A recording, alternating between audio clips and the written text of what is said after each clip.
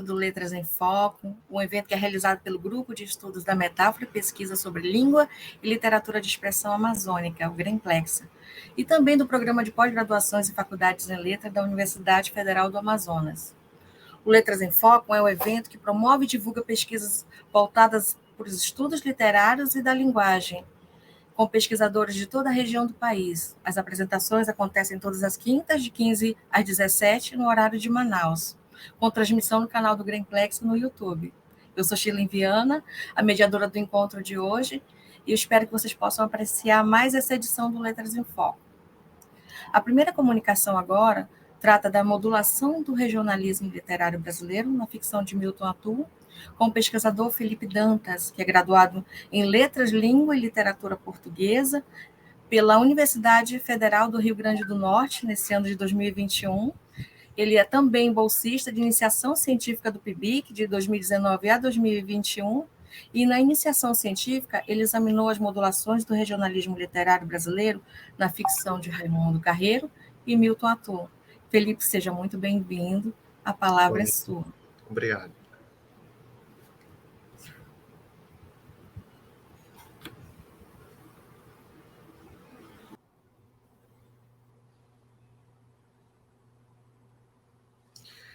Boa tarde a todos os presentes. Meu nome é Felipe Dantas da Silva, sou graduado em Letras de Língua Portuguesa pela Universidade Federal do Rio Grande do Norte, a UFRN, e venho apresentar aqui os resultados encontrados durante o meu último ano de iniciação científica, que ocorreu no período de agosto de 2020 a agosto do ano corrente, sob a orientação do professor Dr. André Tessaro Pelince.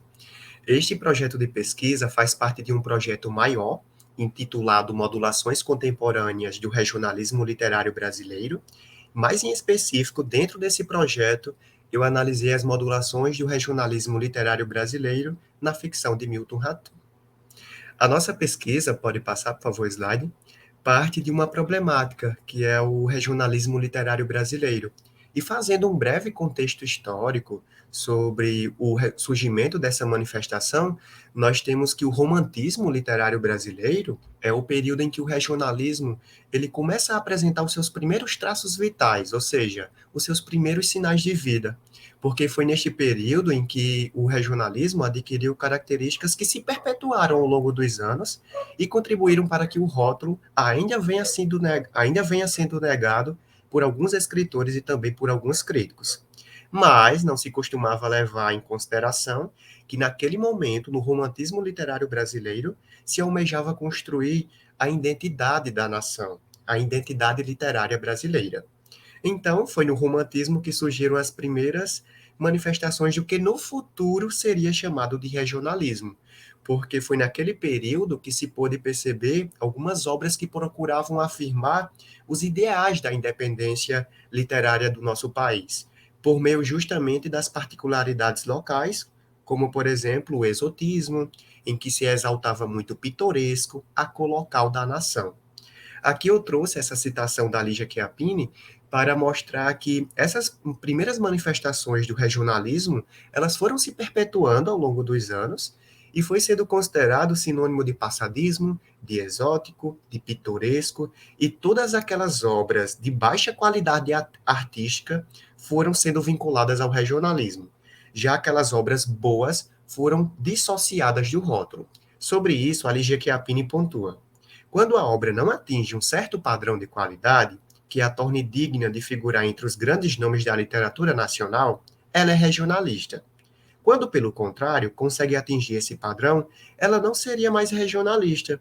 Seria uma obra da literatura nacional, reconhecida nacionalmente, e até mesmo candidata, como é o caso de Guimarães Rosa, a um reconhecimento supranacional, para não dizer universal. Dessa forma, a gente percebe que o regionalismo ele é recusado por escritores, até porque nenhum deles quer ver suas obras associadas a um rótulo que tem intrínseco a negatividade. E um desses escritores que tem uma relação conflituosa com o regionalismo é Milton Ratum. Em entrevista proferida à Folha de São Paulo, Milton Ratum afirma o seguinte: pode passar o slide.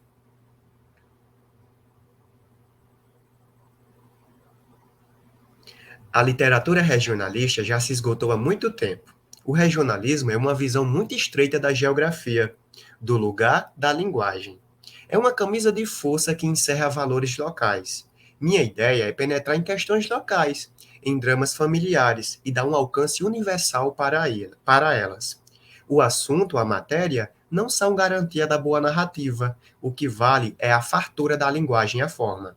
Então, essas são palavras do escritor Milton Ratum.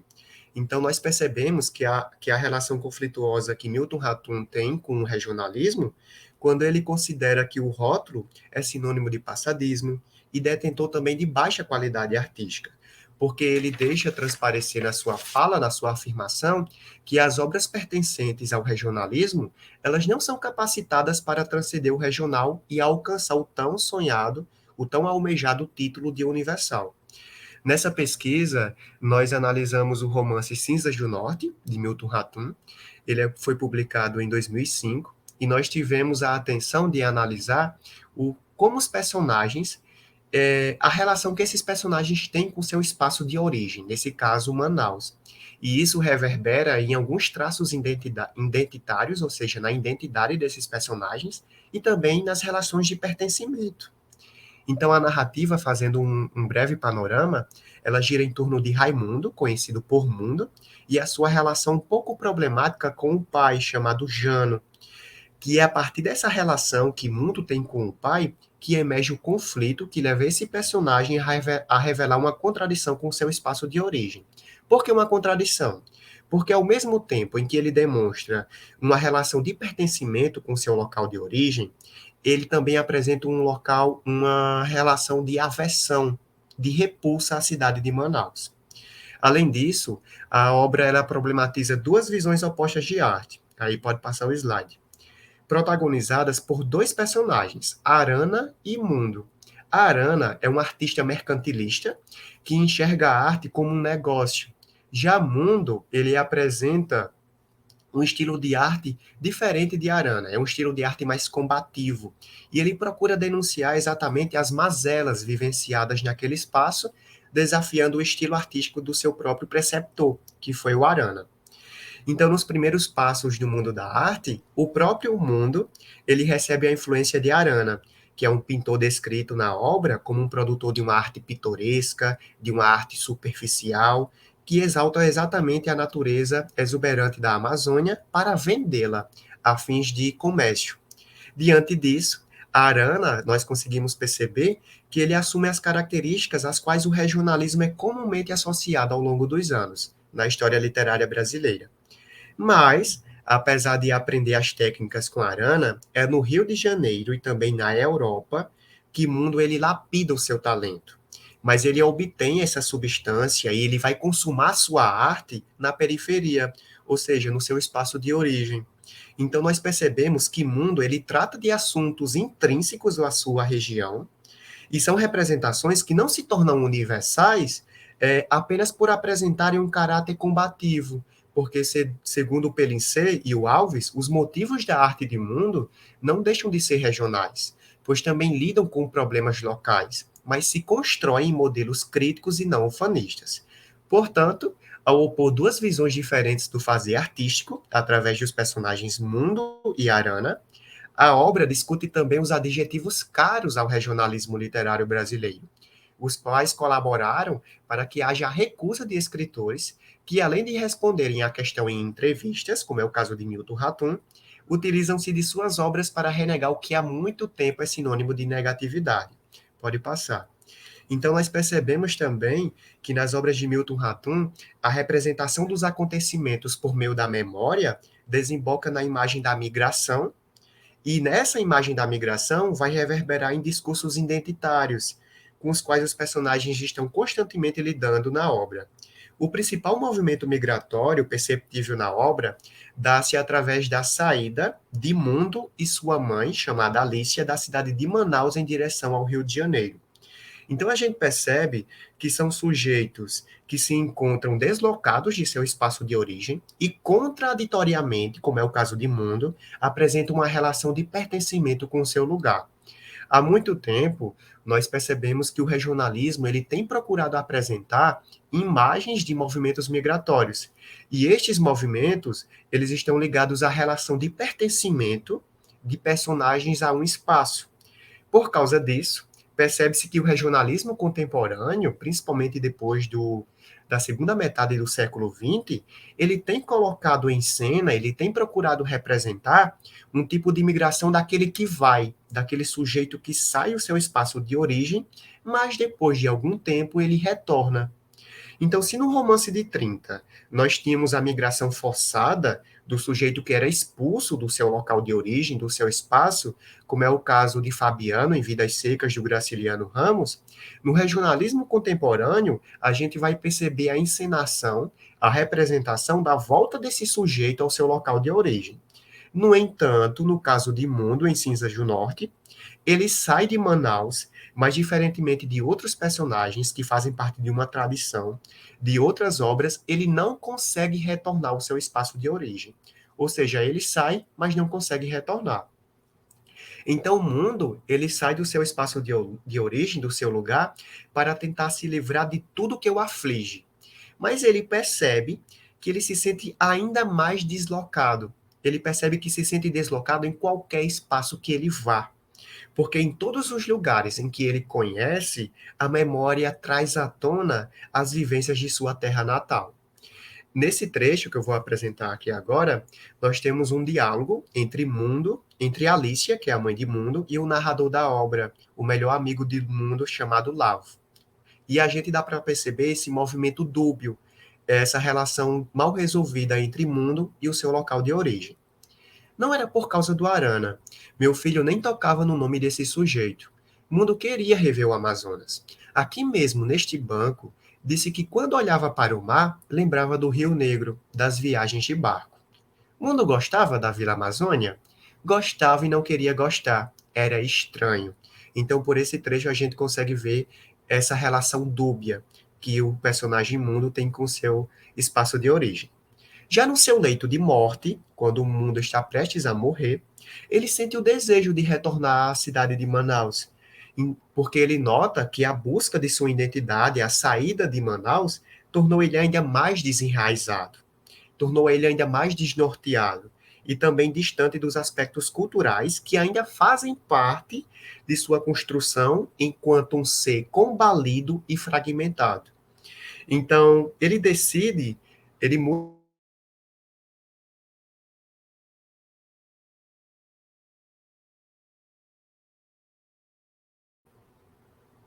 Ele decide padecer distante do seu espaço embrionário, porque ele percebe que a volta ao seu espaço de origem é impossível, porque os conflitos vivenciados na cidade amazonense o fez entrar em uma profunda crise identitária.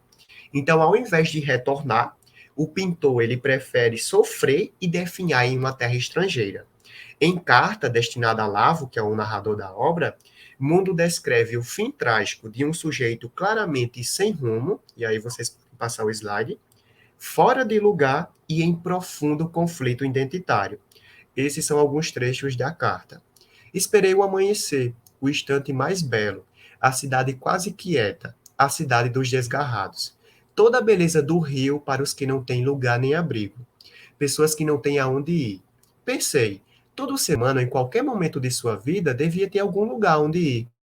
Não queria perambular para sempre, morrer sufocado em terra estrangeira. A errância não era o meu destino, mas a volta ao lugar de origem era impossível. Diferentemente de Mundo, a sua mãe, que se chama Alicia, ela não apresenta uma contrariedade em relação ao seu espaço de origem. Alice, ela não esconde a aversão que ela sente da cidade de Manaus. Ela não esconde a aversão que ela sente daquele espaço. Então, em uma de suas falas, ela mostra justamente esse desejo de querer viver no Rio de Janeiro, de querer sair daquele espaço de origem. Ela afirma: nada disso me interessa, nem viveiros, nem plantações, nem Okayama. Nunca mais ponho os pés naquele lugar. E se me mostrares um mapa da região, não sei dizer onde fica, mas sei de cor o nome de cada rua ou restaurante de Copacabana. Pode passar. Então, a gente percebeu que não deixa de ser contraditório que Mundo e Alicia, filho e mãe, que passam boa parte de suas vidas cultivando uma relação tão problemática com a região onde eles vivem, quando finalmente eles conseguem se distanciar dessa região, afinal eles fraquejam. Ou seja, no norte, os sujeitos eles se achavam deslocados e infelizes, mas quando eles migram, eles acabam por vivenciar uma situação ainda pior, tornando-se totalmente desnorteados e fragilizados. Portanto, grande parte das obras do escritor Milton Ratum são ambientadas em Manaus, que é um local distante da suposta civilização niveladora, uma afirmação dita pela Lúcia Miguel Pereira, da região sudeste. Essa civilização niveladora seria justamente a região sudeste, especialmente o eixo Rio-São Paulo. No entanto, torna-se errôneo considerar Milton Ratum um escritor regionalista apenas pelo fato de os conflitos de seus personagens ocorrerem especialmente naquele espaço, porque o fato de a obra se inserir nos locais distantes dos grandes centros hegemônicos não deve ser tomado como um critério para inseri-la na manifestação em evidência. No entanto, ao mesmo tempo que desconsiderá-la do regionalismo literário brasileiro apenas por ser uma narrativa que apresenta um apurado trabalho com a linguagem e trata de dramas humanos e, portanto, atende aos critérios de uma suposta universalidade, também não é o melhor caminho. Caso esta obra apresente topoi, ou seja, imagens e temas que concernem a uma tradição regionalista que vem sendo expressa ao longo dos anos na literatura brasileira. A gente percebe que isso faz parte das modulações temáticas que o regionalismo literário brasileiro vem apresentando nos últimos anos, especialmente nas últimas décadas, a partir especialmente da segunda metade do século XX, em obras como, por exemplo, Galileia, do Ronaldo Correia de Brito, em Essa Terra, do Antônio Torres, em outros cantos, como por exemplo da Maria Valéria Rezende, a gente consegue ver a saída, essas imagens, esses temas que concernem a uma tradição regionalista que vem sendo expressa ao longo dos anos na história literária brasileira. É isso.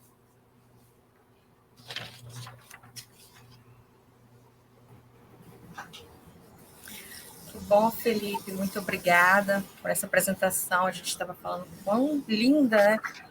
E o quão necessária é a gente discutir sobre essas reflexões, né? E a gente também tem uma pergunta aqui para você. Então, as obras de Ratum têm esse valor de suscitar essas questões da psique humana, mas também trazem à reflexão questões sociais conflitantes, que subsidiam todas as suas obras. Como é que você concebe essa obra para além da questão do regionalismo? Obrigado pela pergunta. Quando a gente fala para além do regionalismo, como eu apresentei, o regionalismo ele tem essa ambivalência de mostrar justamente essa negatividade, não é? Alguns escritores e alguns críticos, eles veem o regionalismo muitas vezes como essa carga negativa que traz o pitoresco, obras de baixa qualidade artística. E Milton Ratum, ele apresenta principalmente em seus romances a questão da memória, não é? Da psique. Ele Sim. tenta resgatar essas questões desse espaço. Mas considerar alguns romances do Milton Ratum para além do regionalismo, a gente consegue perceber que em alguns de seus romances não há a presença, por exemplo, de alguns topoi, de alguns temas e imagens que concernem a uma tradição regionalista. Então, o meu objetivo enquanto pesquisador, principalmente ao tratar do regionalismo literário brasileiro, ao se propor, por exemplo, a analisar o regionalismo em Milton Ratum, não era procurar e forçar o regionalismo nas obras de Milton Ratum. Sim. Se eu encontrasse alguns índices, algumas imagens que concernem ao regionalismo, eu poderia considerá-lo, não é? Mas eu não posso dizer que a obra de Milton Ratum ela é regionalista apenas por representar espaços, por exemplo, que estão distantes da suposta civilização niveladora. Então, quando a gente fala dissociar do regionalismo, a gente tenta tirar toda a carga negativa que está em cima desse rótulo. E Milton Ratum é um caso à parte, não é um dos maiores escritores na atualidade do nosso país. E essa questão da psique, da memória, muitas vezes elas transcendem, elas mostram justamente, como eu falei, desemboca na ideia da migração. E essa migração esses temas e essas imagens migratórias têm sido uma constante nas últimas obras, especialmente da segunda metade do século XX. Então, essa questão da memória, principalmente perceptível nas obras de Milton Ratum, é uma constante e dialoga também com a regionalidade, dialoga também com as correntes em que o regionalismo tem procurado representar ao longo dos anos numa tradição regionalista, porque a gente analisa também o regionalismo numa perspectiva de tradição, em obras que vêm sendo expressas ao longo da história literária brasileira. Desde o romantismo, onde se tinha um objetivo de firmar a identidade da nossa nação, não é? E aí a gente recorreu a colocal, ao que nós tínhamos de mais belo, que era o índio, que era a nossa natureza, o Sim, pitoresco. sim. Mas naquela época não se falava em regionalismo. O termo regionalismo veio depois. E quem ajudou a fincar essas correntes regionalistas, essa negatividade relacionada com o local, por exemplo, foi o Machado de Assis. Em um texto chamado Instinto de Nacionalidade, ele mostra exatamente que falta à nossa literatura mais sentimento íntimo ao invés de colocal. Então, Machado de Assis é um grande escritor, não é? Foi um grande escritor da nossa literatura. Com E certeza. influenciou outros críticos também, como, por exemplo, o Antônio Cândido. O Cândido Sim, ele sim. vai, ele vai considerar, ele vai associar o regionalismo a uma questão de subdesenvolvimento. Ele diz que o regionalismo ele só se perpetua naqueles espaços em que há subdesenvolvimento. Mas o argumento dele cai por terra quando a gente percebe que a Alemanha, que é um país desenvolvido, ainda há traços de regionalismo. Porque muitas vezes as novas transfigurações do regionalismo literário brasileiro ele tem respondido às questões da modernidade, a questões da globalização, e tem se modulado nas obras da atualidade, especialmente nas últimas décadas. Muito obrigada, Felipe. Que linda apresentação. Obrigada pela sua participação no Letras em Foco e que nós possamos ver mais e mais a sua pesquisa por aí. Quem sabe nas próximas edições. Foi um prazer recebê-la aqui conosco, tá bom? O prazer foi meu. Obrigado. Agora nós vamos à segunda comunicação da tarde, né? Nós vamos chamar a comunicação sobre o livro didático e a literatura da Amazônia Brasileira, discussões sobre uma ausência, com a Norma Mello, a nossa mestra Norma Mello. Seja muito bem-vinda, Norma. Obrigada, Shirley. Boa tarde. A Norma, que agora ela é mestra em Letras e Estudos Literários pela Universidade Federal do Amazonas, pós-graduada em Metodologia da Língua Portuguesa, graduadas em Letra pela Escola Superior Batista do Amazonas, e agora também professora efetiva da Rede Estadual de Ensino pela SEDUC.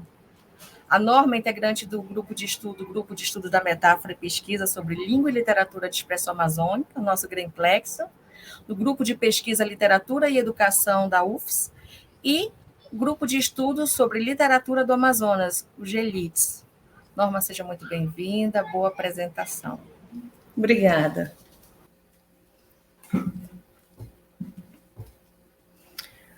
O título da minha pesquisa, da minha dissertação, é a respeito do livro didático e da literatura da Amazônia Brasileira, discussões sobre uma ausência, da linha de pesquisa da UFAM, Literatura, Cultura e Transdisciplinaridade, que foi orientada pelo professor Gabriel Albuquerque.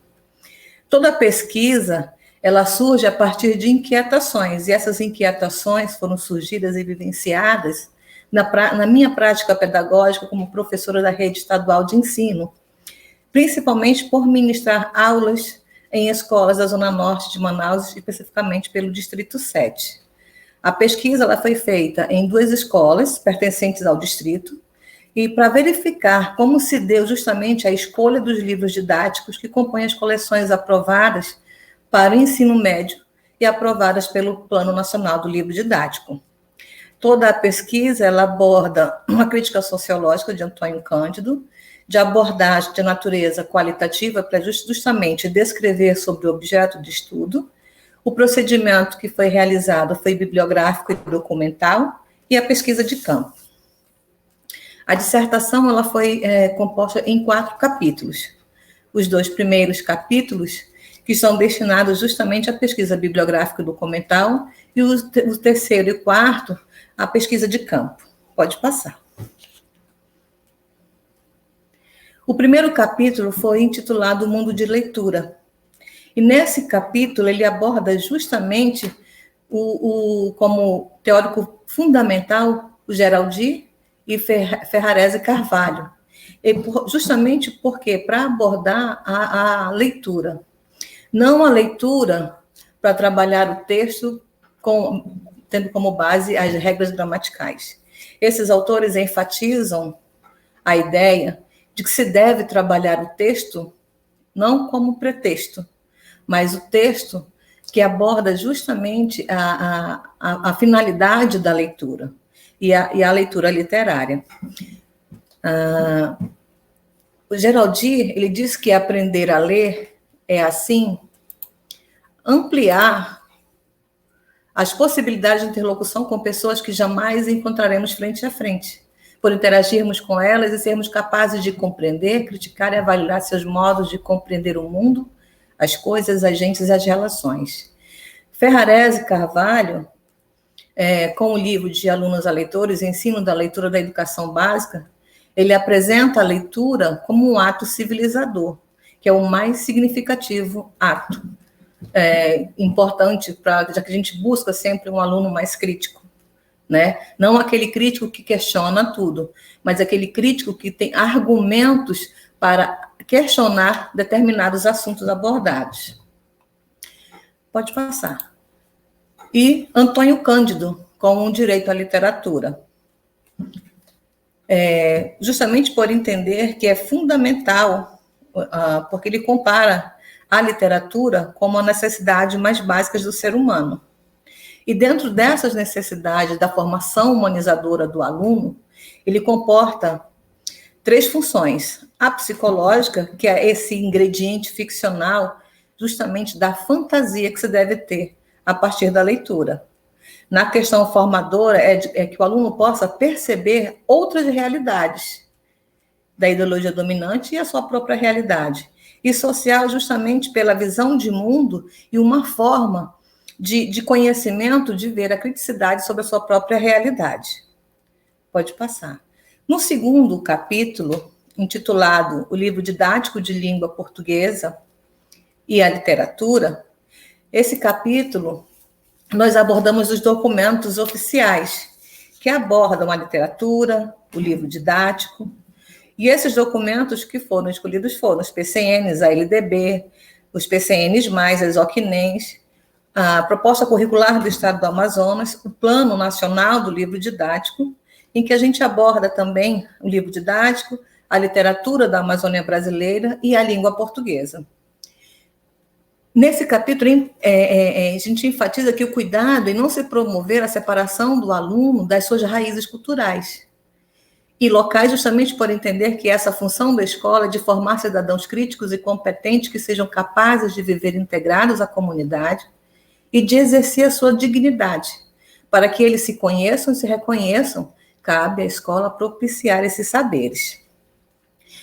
Todos os documentos que norteiam a proposta curricular do Estado, eles são baseados em competências e habilidades e na criticidade do aluno. Todos os documentos oficiais concordam com essa ideia da criticidade. Rojo e Batista dizem que o livro didático tornou-se um dos principais fatores que influenciam o trabalho pedagógico, definindo o currículo e cristalizando as abordagens metodológicas e quadros conceituais. Pode passar.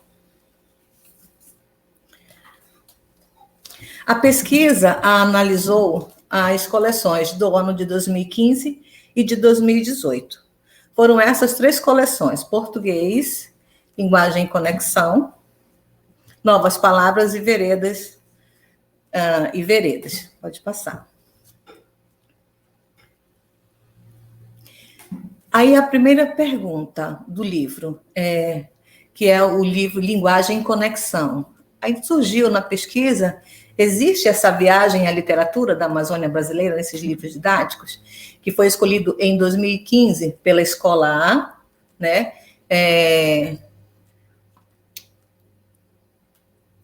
Na análise dos livros, a autora, os autores fazem uma analogia, uma metáfora conceitual. E nessa metáfora conceitual, eles abordam, instigam o aluno a fazer uma viagem no livro, que mostram justamente na bagagem, nas trilhas do texto. Quando eles abordam a bagagem, os autores estão querendo mobilizar os conhecimentos prévios do aluno sobre aquilo que vai ser lido.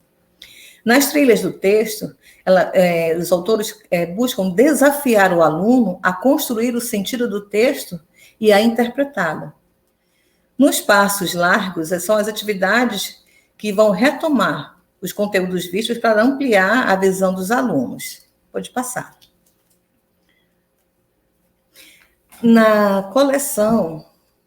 Nessa coleção Linguagem e Conexão, tem esses 3 textos.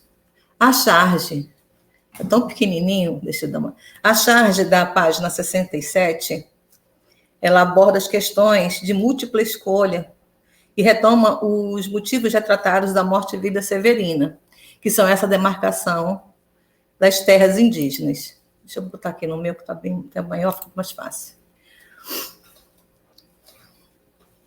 E nesse questionamento do livro, que aborda a literatura, que faz menção à literatura da Amazônia brasileira, é só essa demarcação de terras indígenas, mas que tem o intuito apenas de abordar a intertextualidade. Nessa charge, que está também no volume 1, na página 124, ela apresenta o cenário de uma floresta e de um índio pintado com os olhos de vermelho. Essa imagem ela é utilizada apenas para ilustrar alguns versos de Sá de Miranda e tratar da versificação, mas não trata nada sobre a literatura da Amazônia brasileira. Ela faz só uma menção à Amazônia. Outra coisa que a gente achou, que nós vimos também, foi esse que fala sobre o Inglês de Souza, né, que faz referência apenas ao naturalismo brasileiro, que é um verbete que apresenta o escritor amazônico, que foi o escritor filiado à estética do naturalismo, nos seus romances e contos, que descreveu com rigor paisagem e pessoas. A referência que se tem da Amazônia no livro didático é apenas a menção sobre a Amazônia. Somente isso, pode passar. Na coleção Novas Palavras, há questionamento. Há novas palavras sobre a Amazônia? Nessa coleção, que foi proposta em 2015 para a Escola B, da pesquisa de campo, que foi elaborada pela Emília Amaral, pelo Mauro Ferreira do Patrocínio, Ricardo Silva Leite, Severino Antônio Barbosa, todos são oriundos da Unicamp. Nesse livro, não faz nenhuma menção a respeito da Amazônia brasileira. Pode passar. Nessa terceira coleção, Veredas da Palavra, que foi um livro de 2018, da coleção que foi aprovado pelo Plano Nacional do Livro Didático, escolhidos pelos professores das escolas, as 2 escolas escolheram o mesmo livro didático. Há veredas amazônicas nas Veredas das Palavras? Não, também não encontramos nada que faça menção à literatura da Amazônia brasileira. Quando nós falamos em literatura da Amazônia brasileira, porque nós nos referimos que a literatura ela é brasileira e faz menção à Amazônia, abordando textos de autores que abordam sobre as questões amazônicas. E nós entendemos que a literatura, seja ela qual for, ela é brasileira, com menções da Amazônia brasileira. Pode passar. Na dissertação, a gente verificou se realmente essas coleções elas abordam, justamente, atendem a essa legislação pertinente do livro didático, que é justamente abordar assuntos que se prioriza dentro dos documentos oficiais, o local. Como é que o aluno ele vai aprender se ele não conhece a sua própria história? Essas coleções elas não atendem à legislação do livro didático, do Plano Nacional do Livro Didático. Justamente por quais os aspectos? Pelos locais de formação dos autores que estão entre o Sudeste e Centro-Oeste. E justamente pelas propostas elaboradas do Enem, que prisam a gramática normativa e o apego dos livros didáticos à periodização, ao período literário, né? E aí eu tenho uma citação do meu orientador, do professor Gabriel Albuquerque, que diz que esse processo de não atender à legislação pertinente do livro didático se dá justamente pelo insulamento, que ele diz que esse insulamento é o desconhecimento e o isolamento que se dá desde o período colonial e que perpetua ainda na atualidade. Pode passar. Já que os livros didáticos priorizam essa periodização da literatura, nós propomos também e tentamos mostrar e enfatizar que dentro da literatura da Amazônia brasileira há autores que se encaixariam perfeitamente em todos os estilos, gêneros literários. A gente tem aí, que poderia ser abordado no quinhentismo, que seria os tempos coloniais, o Frei Gaspar de Cavarral, que foi dos cronistas, os primeiros viajantes que adentraram a Amazônia em busca do Eldorado, né? No classicismo, a gente tem o poema épico Muraida, de Henrique João Wilkins, que ele faz também uma catequese da nação Mura, o povo mais resistente à colonização da Amazônia. Tem o arcadismo, que é o poeta amazônico Bento Figueiredo Tenreiro Aranha, que ele adotou o pseudônimo grego de Tirceno. A gente tem também o realismo, naturalismo, com o missionário, calculista, coronel Sangrando de Inglês de Souza, que ele fundou a Academia Brasileira de Letras junto com Machado de Assis. Também é um escritor da Amazônia. Temos também no Parnasianismo e o Simbolismo, que publicou um livro de ânforas, e também dentro da Tenreiro Aranha, né? E no modernismo do Brasil, a gente já viu que tem vários autores aí renomados que poderiam constar nessa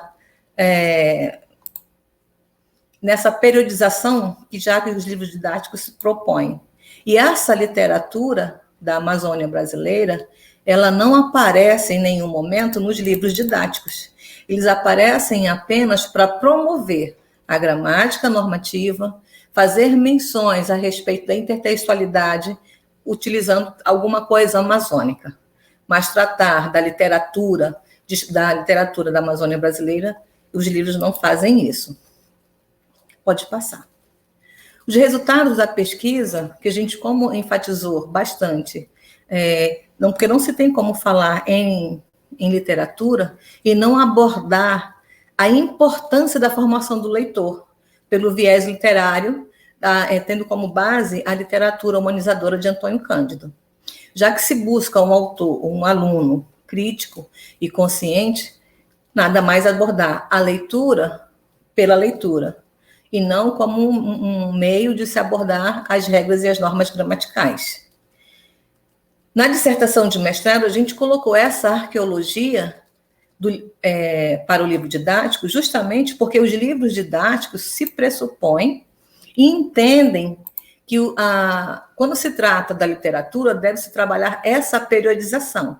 E a gente sabe que a gente pode trabalhar a periodização da literatura de forma diferenciada, colocando um texto que tem essas características, mas sem dizer para o aluno que aquele texto tem essas características e que ele mesmo vai abordando e conhecendo através dessa leitura, para que ele conheça criticamente e não dizendo que era específico daquela época. Outra situação também que nós vimos como resultado da pesquisa foi quanto à questão das bibliotecas, das escolas e as editoras. O desconhecimento dos professores quanto ao livro didático e o acesso tanto dos professores quanto dos alunos às bibliotecas das escolas. Quanto aos livros didáticos, a única menção que se tem, tanto de professores para a escolha dos livros didáticos, é através das editoras. Em nenhum momento os professores conhecem as leis que regem o livro didático, que é justamente o Plano Nacional do Livro Didático. E a gente percebe ainda também a questão de exclusão. exclusão das escolas que são da zona norte de Manaus, pertencente ao Distrito 7, que elas estão situadas à borda da estrutura urbana. Então, são escolas diferenciadas, que a gente poderia dizer que seriam escolas da periferia, mas esse nome periferia já não se cabe mais, né? Então, ficam à borda da estrutura urbana da cidade. E essas escolas, elas sofrem esse processo de exclusão, e principalmente pela quantidade de alunos em sala de aula. A gente vê nas pesquisas que comentam bastante, até nos meios sociais, que as escolas estão lotadas com 40 alunos. A realidade das escolas não são essa. As escolas têm mais de 50 alunos, né? E o ponto também muito importante foi o desconhecimento dos professores quanto à literatura da Amazônia brasileira e ao Plano Nacional do Livro Didático. A gente sabe que tem universidades que tratam justamente da literatura da Amazônia brasileira, né? Mas nem todos os professores priorizam a literatura como forma de que o aluno faça a leitura dos textos para que eles se tornem críticos sobre aquilo que está sendo lido. Quando se usa os textos literários, é apenas para ver o período literário, né? E justamente para estudar, a partir do texto literário, as regras gramaticais. Outra informação que foi muito importante na dissertação, que a gente viu, é que se prioriza muito, tanto nas escolhas dos livros didáticos, avaliadores dos livros que não têm noção da literatura da Amazônia brasileira, que seria muito importante investir nessa formação dos professores, incluindo no currículo dos cursos conteúdos da literatura da Amazônia brasileira em outras regiões do país. Porque, como nós mostramos, através da arqueologia do livro didático, que nós propomos a literatura da Amazônia, a gente viu, já que o livro se prioriza essa periodização, que dentro da literatura da Amazônia brasileira também há escritores que abordam a literatura da Amazônia. E, principalmente, cobrar tanto dos editores e dos autores o cumprimento da legislação, quanto à valorização da cultura no âmbito nacional e regional, para que os livros, a partir daqui, essa deficiência, que tem essa deficiência da literatura da Amazônia brasileira, eles não sejam mais aprovados. E durante a pandemia, a gente não deu para dar continuidade à pesquisa, justamente no que se concerne ao ensino-aprendizagem dos alunos, quanto ao uso do livro didático e a literatura da Amazônia brasileira. Por quê? Por conta da pandemia, e a gente não teve como fazer a pesquisa do campo. A pesquisa, a minha dissertação, ela visa contribuir para os estudos literários, né, para a investigação dos estudos literários, somando-se com outros trabalhos já existentes e ampliando o olhar dos estudantes e professores e pesquisadores sobre a questão do livro didático e a relação dele com a literatura, priorizando a leitura do texto para o texto, e não a leitura do texto para as regras e normas gramaticais. Obrigada. E as referências, que foram algumas referências aí da apresentação. Nossa, que apresentação linda e necessária, né? Emergente para a gente, principalmente aqui. Mas, Norma, eu achei interessante a tua abordagem e a gente pensar hoje em reforçar, né, essa identidade cultural, principalmente aqui no Amazonas. A gente começa a ver a dificuldade disso nas próprias bibliotecas. Né? Uhum. Nós que somos professoras, que estamos por aí pelas escolas, a gente vê que na própria biblioteca não há muitos livros que falem, né, sobre a cultura amazônica. E isso é um dos pilares, né, desse problema, né, se a gente não divulga. Pode falar. E assim, a editora Valela fez uma proposta com a Secretaria de Educação para a compra dos livros a respeito da literatura da Amazônia, de autores amazonenses e de autores que abordam os temas amazônicos. O que acontece nas escolas é que as bibliotecas, elas ficam fechadas. As bibliotecas não têm bibliotecários, elas têm professores readaptados. Às vezes, na escola em que eu pesquisei, são até pessoas de serviços gerais que ficam lá para atender os alunos quando pode, e quando essa biblioteca está aberta para acesso dos professores e dos alunos, infelizmente. É um problema generalizado, né? Ao invés de haver projetos que incentivem essa leitura, esse conhecimento, né? Porque a gente vai perdendo esses espaços, essa identidade ao longo dos tempos, né? Uhum. Mas, Norma, muito obrigada. Foi divina a tua apresentação, contribuiu muito. Eu só te agradeço. Obrigada por participar de mais essa edição, que nós possamos ainda ver muito mais produções suas, estudos e aí na pesquisa, tá? Muito obrigada. Agora nós vamos para a terceira comunicação da tarde, né? Nós vamos falar sobre as expressões da masculinidade na literatura brasileira, leitura de Faca, de Ronaldo Correia Brito, com a Júlia Rocha. A Júlia, que é estudante de Letras de Língua e Literatura Portuguesa pela Universidade Federal do Amazonas, está cursando o 8º período, e ela vem apresentar o resultado da iniciação científica, né, que tem como título Expressões da Masculinidade na Literatura Brasileira, leitura de Faca, de Ronaldo Brito. E é do período de 2019 a 2020, né, com o professor Gabriel Arcanjo. Júlia, seja muito bem-vinda. A palavra é sua. Boa apresentação. Obrigada. Bom, gente, uma boa tarde a todos. Obrigada pelo espaço, pela paciência, por estar aqui ouvindo.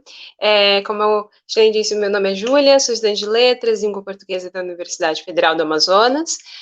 Título da minha pesquisa, título da minha apresentação, Expressões das Masculinidades na Literatura Brasileira, leitura de Faca, de Ronaldo Corrêa de Brito, e contou com orientação, é resultado de uma pesquisa de iniciação científica, né? E contou com a orientação do professor Dr. Gabriel Arcanjo dos Santos Albuquerque. Pode passar, por favor? Bom, introduzindo e ambientando. A pesquisa, então, trata da obra Faca, do escritor cearense Ronaldo Corrêa de Brito. É um livro composto por 11 contos, sendo 5 destes objeto de estudo dessa pesquisa. Embora a Faca não lide especificamente, então, com as questões relativas às masculinidades, é um campo fértil, literariamente falando, para as reflexões a respeito desse tema. Pode passar, por favor? Agora, sobre o aporte teórico, pesquisadores, estudiosos que tratam desse assunto de masculinidades são Pierre Bourdieu e Elisabeth Banditer, são os 2 principais teóricos que eu trago por aqui. Elisabeth Banditer, em sua obra XY sobre identidade masculina, faz a seguinte afirmação: no século XVIII, o homem digno deste nome podia chorar em público e ter vertigens. No século XIX, não o pôde mais, sob pena de comprometer sua dignidade masculina. O que se construiu pode, portanto, ser demolido para ser novamente construído. Banditer apresenta isso em sua obra. É interessante, a partir desse ponto de reflexão, nós compreendemos que o conceito e entendimento do que seria essa masculinidade ou os trejeitos, o que seria o masculino, então, não é algo fixo e estável, muito pelo contrário, se transforma e passa por mutações ao decorrer do tempo, do seu espaço de cultura e outros quesitos, não sei assim. Então, não há realmente uma estabilidade, mas transformações ao decorrer do tempo. Diante disso, a análise de masculinidades presentes na literatura pode ser instrumento de reflexão e entendimento sobre as masculinidades que foram e são presentes na nossa sociedade. Pode passar, por favor? Bom, trazendo então o primeiro conto, A Espera da Volante. Tenho que confessar que os 5 contos que analisei, todos para mim são excelentes, são muito bons. Esse tem um carinho especial. A gente tem, então, a figura central do velho. É um personagem em que está no mesmo local há muito tempo, caracterizado por acolher a todos que o procuram, ajudar a todos sem distinção. Está em um espaço em que não é nomeado de verdade, mas compreendemos como o sertão brasileiro. E é uma figura que, apesar de pouco se saber sobre sua história, muito intriga. É o homem da narrativa em que ouve e acolhe uma mulher que está pelas estradas da região e a ouve, a cuida realmente, não desdenha do seu discurso. Então, é muito interessante ver como essa figura é construída. Velho, então, tem em sua casa como esse espaço de acolhimento para todos que ali procuram, acolhe também Chagas, um outro personagem que seria um suposto criminoso da região, desse local, cometeu, então, assassinato, em que todos realmente renegam, ficam bárbaros com isso, e pouco, quando ele chega até pede ajuda de velho, ele pouco dialoga, pouco faz uma troca, é realmente muito recluso. Além de Chagas, a gente tem, então, também na narrativa Luiz Ferreira, que, na verdade, é um personagem em trânsito, que está em constante movimento na narrativa, em andanças. Ele é aquele que carrega todo o gado pelas estradas da região, mas por passar muitas vezes ali na casa de velho, ele também cria um vínculo com esse personagem. Ele consegue uma troca, é o que consegue mais uma abertura e proximidade com o velho. É interessante que ele consegue esse diálogo que é um pouco mais revelador. Mas um ponto que a gente traz aqui, então, é que velho está sob perigo. Ao ajudar Chagas, mesmo que sem julgar nada, sem compactuar com as atitudes dele, ele se torna também alvo da volante policial que perseguia o criminoso, então ele acaba também colocando sua vida em risco. Um ponto interessante sobre velho aqui que a gente apontua é que pouco se sabe sobre sua história.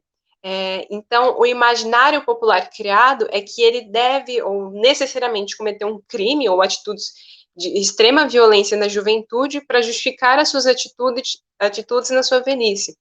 Sobre esse ponto, é interessante a gente ler um trecho de Bourdieu, onde o autor afirma: a virilidade entendida como capacidade reprodutiva, sexual e social, mas também como aptidão ao combate e ao exercício da violência, sobretudo em caso de vingança, é acima de tudo uma carga. Ou seja, aqui a gente reflete o porquê aquela população, o imaginário popular daquela região, cria que apenas atitudes marcadas por realmente violência, por agressividade, poderiam justificar uma atitude tão pacífica na velhice desse homem. Pode passar, por favor. Bom, a gente tem então o próximo conto, que é Faca, uma narrativa que traz alguns personagens masculinos pra gente, alguns homens. O ponto central dele a gente pode pensar então Domísio, que é essa imagem construída a partir realmente da ausência. Domísio é a figura que é pai, que é marido e que é irmão, mas que está em constante realmente ausência, ele deixa esse espaço. Ele não permanece junto com a sua família, muito pelo contrário, ele sai para outras cidades, pelas estradas da região, e é interessante aqui pontuar em que ele sai nessas andanças, nesse trânsito, mas não por necessidade financeira, mas sim, segundo ele próprio, por um desejo, por algo que ele necessita. Em uma dessas visitas a uma outra cidade, ele acaba arrumando, de certa forma, uma nova paixão, pelo menos aqui isso é passado para nós leitores, e quando ele volta para sua casa, existe um empecilho. Ele quer viver essa nova aventura amorosa, vamos dizer, mas ele tem uma esposa, ele tem uma família. Neste momento, ele simplesmente assassina a própria esposa. É interessante pensar aqui também em que o ambiente externo pertence a Domísio, e o ambiente interno, ou seja, o ambiente da casa, pertence à esposa e os filhos. Sobre esse ponto, a gente tem a afirmação de Banditer, a qual a autora afirma: a heterogeneidade dos sexos, comanda destinos e direitos diferentes. É do homem o resto do mundo, incumbido da produção, criação e da política. A esfera pública é seu elemento natural. Dessa forma, a gente entende que há, então, esse entendimento de que o espaço fora, externo, a casa, pertenceria de fato ao homem. Pode passar para o próximo, por favor? Bom, a gente tem ainda na narrativa a figura de Luiz e Pedro Miranda. Eles são irmãos da Dodana, que é a esposa de Domísio. Eles demonstram, ao decorrer da narrativa, preocupação, uma espécie de afeto realmente com a família, com a irmã, com os sobrinhos. Só que é interessante pontuar em que esses dois personagens foram, desde a infância, ensinados que homem não chora, ensinados a não chorar. Então, os únicos momentos em que esses dois personagens se permitem chorar é quando vem a irmã morta. Sobre esse ponto, é interessante a gente trazer a fala de Bannister novamente, em que fala: o comportamento que as sociedades definem como adequadamente masculino é feito de manobras de defesa, temor às mulheres, temor de manifestar qualquer tipo de feminilidade, inclusive sob forma de ternura, passividade ou cuidados dispensados ao outro. E, evidentemente, temor de ser desejado por um homem. Bannister apresenta em sua obra. Então, é interessante a gente entender, então, o porquê desses dois homens foram ensinados a não chorar. Eles não foram ensinados que não deveriam mostrar essa, entre aspas, fragilidade.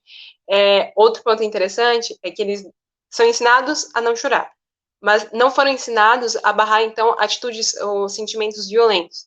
Então, o rancor, o desejo de vingança, realmente o ódio que eles sentem pelo cunhado, isso não foi barrado.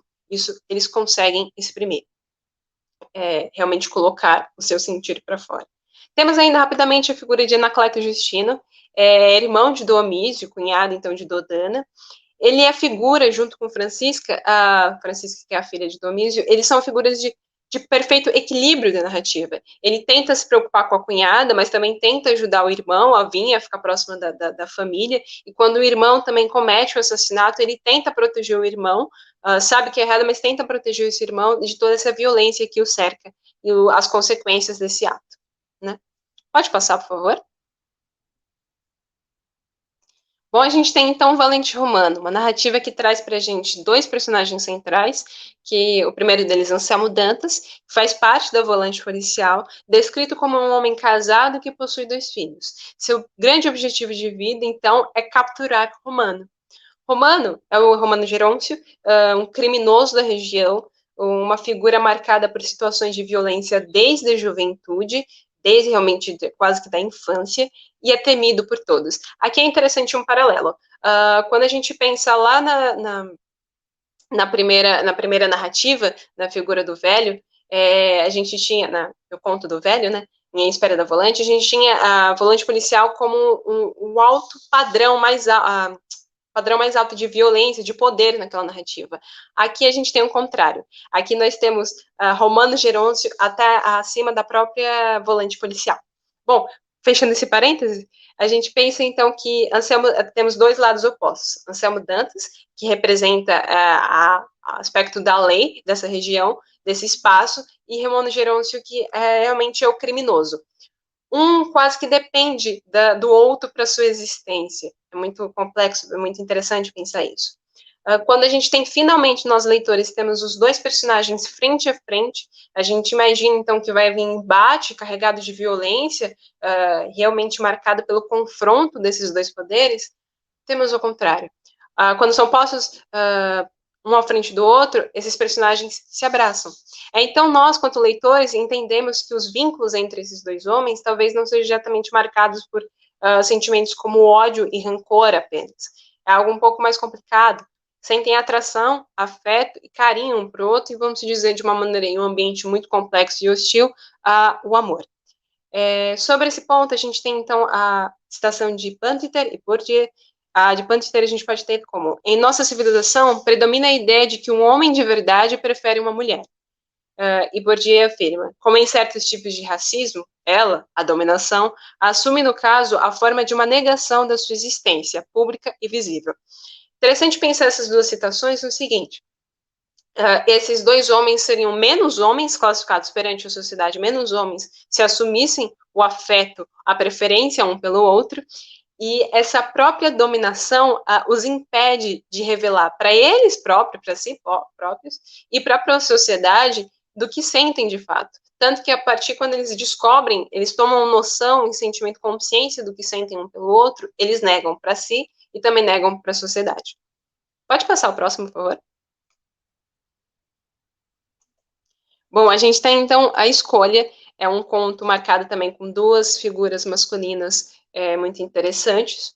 A gente tem a figura de Adeonora, que foi prometida, uma mulher que prometida desde a juventude pela família, a família prometeu a Livino Gonçalves que ela iria se casar com ele, mas, de repente, quem aparece na cidade é Luís Librino, uma figura que é um viajante, realmente, anda pelas estradas da região, uma figura que conquista e seduz a Deonora, a convence de casar às escondidas e fugir com ele. Só que quando esse casamento ocorre, ele simplesmente declara: não sou homem para viver casado. E sem antes, obviamente, ele decidir ir embora, a mulher pensa, pede, suplica para que não, e ele realmente a trata com violência. Então há uma violência não só psicológica, mas também física. Há uma espécie de distanciamento afetivo. Sobre esse ponto, a gente tem uma citação de Bandler, sobre esse distanciamento, onde ela fala que ao tratar que alguns ritos de iniciação masculina acentuam a diferenciação, a distância em relação aos outros e a negação da relação afetiva. Mais uma vez, esse permitir sentir não seria de alguma forma algo masculino. A gente vê refletido nesse personagem. Pontuando rapidamente, o Levino Gonçalves é, então, uma figura que aparece descrito desde o início da narrativa desde sua infância, uma figura calma, que mesmo nos momentos de mais alta tensão, não se revolta contra isso. Pode passar, por favor? Temos o último conto, que é Mentira de Amor, traz o personagem central, Juvencio Avelar, ele que é marido, que é pai, e pertence, mais uma vez, o ambiente externo da casa pertence a esse homem, e o ambiente interno pertence, então, às filhas e à esposa. Aqui nós temos um outro ponto um pouco mais complexo, em que eu trago até essa citação. Inseguro no amor da mulher, Juvencio aproveitou-se da sua indiferença para empurrá-la em abismos mais profundos. A cada dia jogava uma pá de areia sobre a cova em que Delmira se enterrava, não reparando que precipitava as 3 filhas na mesma masmorra escura. Esse homem, então, a esposa, os dois, né, perderam uma de suas filhas, a esposa entra num processo não nomeado, mas a gente pode entender como depressão, de profunda tristeza, e o homem realmente se aproveita da fragilidade da esposa e coloca seu poder sobre isso. Ele a aprisiona junto com as filhas no ambiente da casa. É ele, então, que tem controle sobre o que elas comem, o que elas vestem, para onde elas andam, né, o que vem, qual a sua interação realmente com o mundo. Há, obviamente, uma distância afetiva, em função de um laço afetivo, há uma distância do pai, quanto da figura paterna, quanto da figura dos filhos, né? O próximo, por favor. Bom, a gente tem, então, aqui as referências. De modo geral, eu queria apresentar, eu busquei tentar entender que nessas narrativas a gente não tem a representação exatamente de uma masculinidade, mas masculinidades. É uma narrativa que apresenta uma pluralidade de figuras e que proporciona para a gente também reflexões sobre a nossa realidade, né? Como referências eu tenho, então, Elizabeth Bandler com sua obra X e Y sobre identidade masculina, Pierre Bourdieu em A Dominação Masculina e Fac, que é de Ronaldo Corrêa de Brito. Muito obrigada. Obrigada, Julinha. Sua apresentação foi ótima. Mas citou uma dúvida. Por que você acha tão relevante estudar a questão das masculinidades na literatura? Eu acho interessante, eu acho que como puxando até um pouco dos apontamentos que a Norma fez, a gente trazer um pouco até mesmo de Antônio Cândido. Antônio Cândido aponta que a literatura, quanto muito necessária para nós, ela também nos ajuda a entender muito desse caos que é o mundo, um pouco que a gente vive e entender o outro. Eu acho que a literatura, quanto um elemento que de alguma forma é afetado, mas também reflete a sociedade, o meio que nós vivemos, ela ajuda a gente a compreender, então, a construção dessas masculinidades, né?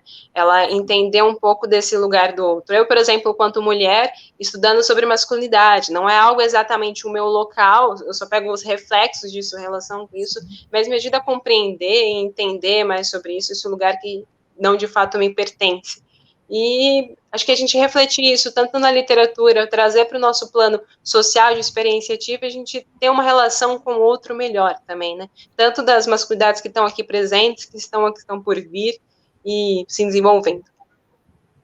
Muito obrigada, Julinha. Foi linda obrigada a apresentação. Muito obrigada pela contribuição. Obrigada. E agora nós vamos à palestra do dia com a professora doutora Gracineia Araújo, né? Com o título da palestra A Irmã Mais Velha da Literatura Geral, reflexões sobre literatura de tradição oral, as lendas da Amazônia brasileira no ensino e aprendizagem de espanhol como língua estrangeira. Seja bem-vinda, professora Gracineia. Ela que é doutora em espanhol pela Universidade de Valladolid, né? Como Valladolid. Valladolid ou Valladolid. Sim. Possui diploma de estudos avançados de literatura espanhola e hispano-americana pela Universidade de Salamanca, mestrado em Filologia Hispânica pelo Conselho Superior de Investigações Científicas de Madrid, graduado em Letras com Língua Espanhola pela Universidade Estadual de Feira de Santana, e atualmente é professora efetiva na Universidade Federal do Pará, em Castanhal, não é isso, professora? É autora da obra Valentina, Busca o Norte, publicado pela Espanha, né, editora em Sevilha, em 2020, coordenadora do projeto de pesquisa intitulado Literatura e Mundo Rural, Conexões entre o Real e o Imaginário, focado no estudo das lendas. Seja muito bem-vinda, a palavra é sua. Boa apresentação, professora.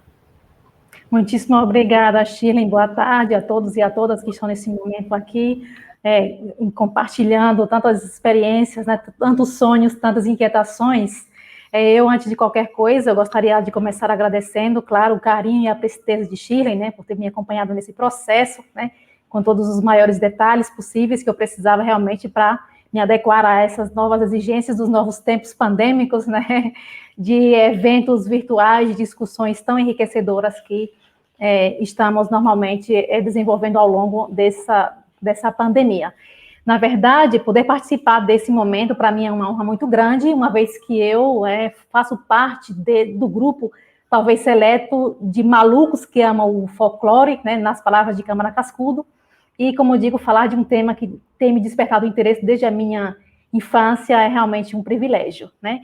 Eu hoje vou falar dessa irmã mais velha que o Câmara Cascudo fala, né, que são as lendas, especificamente, né, essa literatura de tradição oral, né, que nos cativa e que nos faz sonhar realmente, né? Então, antes de entrar no tema propriamente dito, eu quero ler aqui textualmente, né, a citação do Câmara Cascudo, né, no livro Geografia dos Mitos Brasileiros, que diz o seguinte: não termos no Brasil um instituto, uma associação, um clube, uma coisa que reúna os malucos que amam o folclore é um elemento negativo e afastador de qualquer possibilidade de realização sistemática e geral. Então, não temos no Brasil esse lugar, né, de debate, mas é interessante que estamos dispostos a construir esses lugares de debates e hoje, como digo, é uma honra para mim muito grande poder estar aqui compartilhando esse momento com vocês. Aberta também a contribuições, né, uma vez que eu venho lá do meu querido sertão e o meu contato com as lendas da Amazônia brasileira está apenas começando, no sentido da investigação, mas, como eu digo, é um tema que me interessa, tenho admiração por esse tema e interesse desde a minha infância.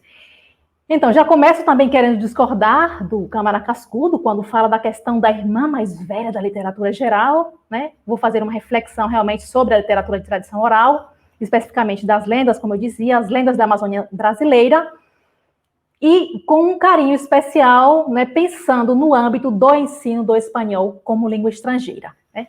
Pode passar, por favor. Então, a motivação desse trabalho tem muito a ver com a minha prática docente. Eu tenho 20 anos, mais ou menos, de docência de espanhol como língua estrangeira e sinto muita falta da presença das lendas no meio do espanhol como língua estrangeira, né? Eu digo, o que está acontecendo realmente, né, no âmbito do ensino e aprendizagem do português, tanto como língua materna, quanto português como língua estrangeira, encontramos um número bastante significativo de materiais, mas no âmbito do espanhol não há, né? Eu digo porque eu sinto isso desde muito tempo e finalmente agora, né, eu me animei a elaborar um projeto de investigação para aprender mais sobre essa literatura autêntica, maravilhosa, sobretudo depois de haver chegado aqui à Amazônia brasileira, né? Sou recentemente chegada à Universidade Federal do Pará, tem mais ou menos 2 anos, né? E como eu digo, e ao estar em contato com toda essa riqueza das narrativas orais, eu me animei, como digo, a elaborar um projeto, e aqui estou remando nas águas da literatura de tradição oral. Então, depois de falar dessa motivação, eu quero pedir desculpa também, porque às vezes o meu português é meio complicado, né? Muitos anos morando fora, muitos anos lendo, escrevendo, produzindo tudo em espanhol. Às vezes, ao falar português, eu me engasto um pouquinho, mas vocês vão me entender. Então, eu começo a minha apresentação com a seguinte pergunta. Me diga uma coisa, o senhor nunca ouviu falar de curupira, boitatá, mãe d'água, saci, caipora? Nunca? São perguntas feitas nesse maravilhoso livro de Zé Cabaleiro, um dos cantores, compositores mais importantes da música popular brasileira, e que nos faz essa pergunta e nos chama a atenção para a importância desses personagens, né, na formação da nossa identidade. E, claro, motivada por isso, né, como professora de espanhol, que pretendo que os meus alunos tenham uma formação integral, né, porque aprender espanhol vai muito mais além dos livros de texto e da gramática, né, pensamos num trabalho que dê valor a essa nossa literatura, uma vez que ela não está tendo o lugar que merece, né, e que é tão autêntica quanto a literatura considerada geral ou a literatura de autor. Então, tendo em conta que estou na Amazônia e percebi essa carência das lendas no âmbito do espanhol como língua estrangeira, eu digo, vou começar pela carência, mas também pela abundância. Carência de materiais em relação ao espanhol como língua estrangeira, como eu comentava, mas também abundância dessas narrativas orais com temáticas variadas, personagens variados, né, com funções variadas, né, que são essas abundâncias, como eu digo, uma das principais motivações realmente para levar a cabo um projeto de pesquisa e tentar dialogar, né, para sublinhar realmente a importância e a necessidade dessa literatura, né, no altar, né, da nossa prática docente. Pode passar. Só para sublinhar, essa obra de Zé Cabaleiro é uma obra publicada em 2010, é uma obra de teatro, né, que reivindica essa imortalidade das nossas lendas, dos nossos personagens folclóricos. Então, eu faço a seguinte pergunta, por que é importante levar as lendas para a sala de aula, para a sala do espanhol como língua estrangeira? Né? Como utilizá-las de maneira satisfatória e em que contexto? Né? Vale ressaltar que a literatura de tradição oral, ou literatura popular, né, no sentido amplo, longe de qualquer preconceito de classe, né, a literatura popular possui, sem dúvida, um grande potencial didático, né, no âmbito educativo, tanto na questão das línguas estrangeiras, como também como da língua materna. Né? E, claro, isso tem muito a ver porque essa literatura tem esse grande potencial na formação linguística, mas também literária e também cultural dos nossos estudantes. Mas, claro, não trabalhada de maneira isolada, e sim em harmonia com outras áreas do conhecimento e nos mais diferentes âmbitos do saber. Né? Diz uma autora chamada Pascuala Morote Magan, né, que me guia muito no meu trabalho, né, uma autoridade do mundo da literatura de tradição oral, se chama Pascuala Morote Magan, tem um livro maravilhoso, bem didático sobre essa literatura, que se chama Aproximaciones a la Literatura Oral. Não? A Pascuala Morote nos diz que a literatura oral representa a expressão mais íntima e directa de homens e mulheres procedentes del pueblo que nos hacen llegar sus sentimientos, pensamientos, ideas, acciones, sus preocupaciones vitales, sus creencias religiosas y mágicas, sus ritos festivos, sus juegos, sus historias, sus narraciones, ou seja, na verdade, a literatura de tradição oral, sem dúvida, pode ser também considerada uma carteira de identidade de um povo, né? E falamos isso aproveitando os conceitos de cultura, que são vários, né? E que fala da cultura como essa carteira de identidade que tem a ver com a nossa forma de pensar, de sentir e de agir. Nossa forma, eu digo, falando dentro de uma comunidade, né? Somos seres sociais que vivemos em comunidades, né? Então, uma literatura de tradição oral nos transmite isso, como diz a autora, nos mostra a realidade, as preocupações de homens e mulheres de todos os tempos, né? Pode avançar. Então, um pouquinho mais adiante, eu vou tentar detalhar mais essas questões. E antes, eu gostaria muito de sublinhar que eu tenho mais ou menos pensado alguns objetivos, né, nessas minhas andanças remando pelas águas da literatura de tradição oral, enfocando no âmbito do espanhol como língua estrangeira. Então, o que é que eu quero com isso? Durante as minhas pesquisas, permitir que nos aproximemos, né, professores, estudantes ou amantes de espanhol, né, a nossa literatura, eu falo da nossa literatura, quero me referir à literatura de tradição oral, que nasce e se multiplica na Amazônia brasileira. Eu falo da nossa literatura porque, como eu digo, atualmente eu trabalho, moro na Amazônia. Essa Amazônia da qual eu já me sinto parte, né, que me acolhe de uma maneira tão cálida e tão inspiradora. Então, eu acho que realmente tenho me empenhado a fazer que realmente essa literatura tenha mais visibilidade, seja colocada no altar que ela merece, em pé de igualdade com a literatura geral. E, claro, aproximar-nos a essa literatura, a nossa literatura, e implicar e envolver outros profissionais, como eu digo, né, estudantes também, né, todos esses malucos, entre aspas, como eu digo, utilizando palavras do Câmara Cascudo, esses malucos pelo folclore, né, aqui prestemos mais atenção a essa literatura.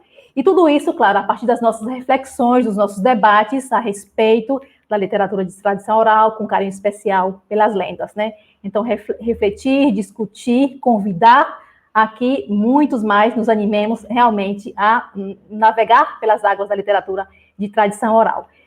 Também pretendemos sublinhar a importância, como eu digo, do uso didático das lendas da Amazônia brasileira no ensino do espanhol, motivar professores, como eu digo, dos diferentes níveis educativos, das diferentes áreas, público, privada, níveis fundamental, médio, universitário, né, porque podemos trabalhar com as lendas em todos os níveis, né, e, como eu digo, não só trabalhando apenas com as lendas, mas também trabalhar com as lendas partindo dos nossos conhecimentos, dos nossos saberes locais, com um olhar com a dimensão mais universal. Claro que já aproveito para sublinhar que não vamos renegar do cânone, claro que não, mas também não vamos marginalizar a nossa literatura de tradição oral, as nossas lendas. Tudo isso com a ideia também de motivar a busca do bom leitor, do bom escritor, do bom ouvinte, né? E, claro, nos mais variados níveis de aprendizagem da língua estrangeira, mas por que não? Também da língua materna. Como eu digo, pensar numa formação integral do nosso alunado. Insisto, partindo dos saberes locais para alcançarmos dimensões universais. Tudo isso, claro, insistindo na ideia da universalidade das lendas, uma vez que nos despertam todos os tipos de sentimentos, que são objeto de admiração e de interesse, e que, independentemente do lugar onde ela chegue, né, nos causa interesse, nos tocam os sentimentos, claro. Daí, claro, o seu caráter universal. Vale ressaltar que essa literatura de tradição oral, a que Câmara Cascudo chama a irmã mais velha da literatura geral, eu prefiro, talvez, nem concordar muito com Câmara Cascudo quando fala disso, né? Por que a irmã mais velha? E por que não a mãe da literatura geral? Uma vez que toda a literatura nasceu, em um primeiro momento, de maneira oral, né? Sabemos que a escrita é uma invenção humana e é muito recente comparada à história da humanidade, né? A escrita é mais ou menos do ano 3.500 a.C., então, muito antes dessa época, já havia ser humano na Terra, né? Transmitindo seus costumes, suas tradições, né?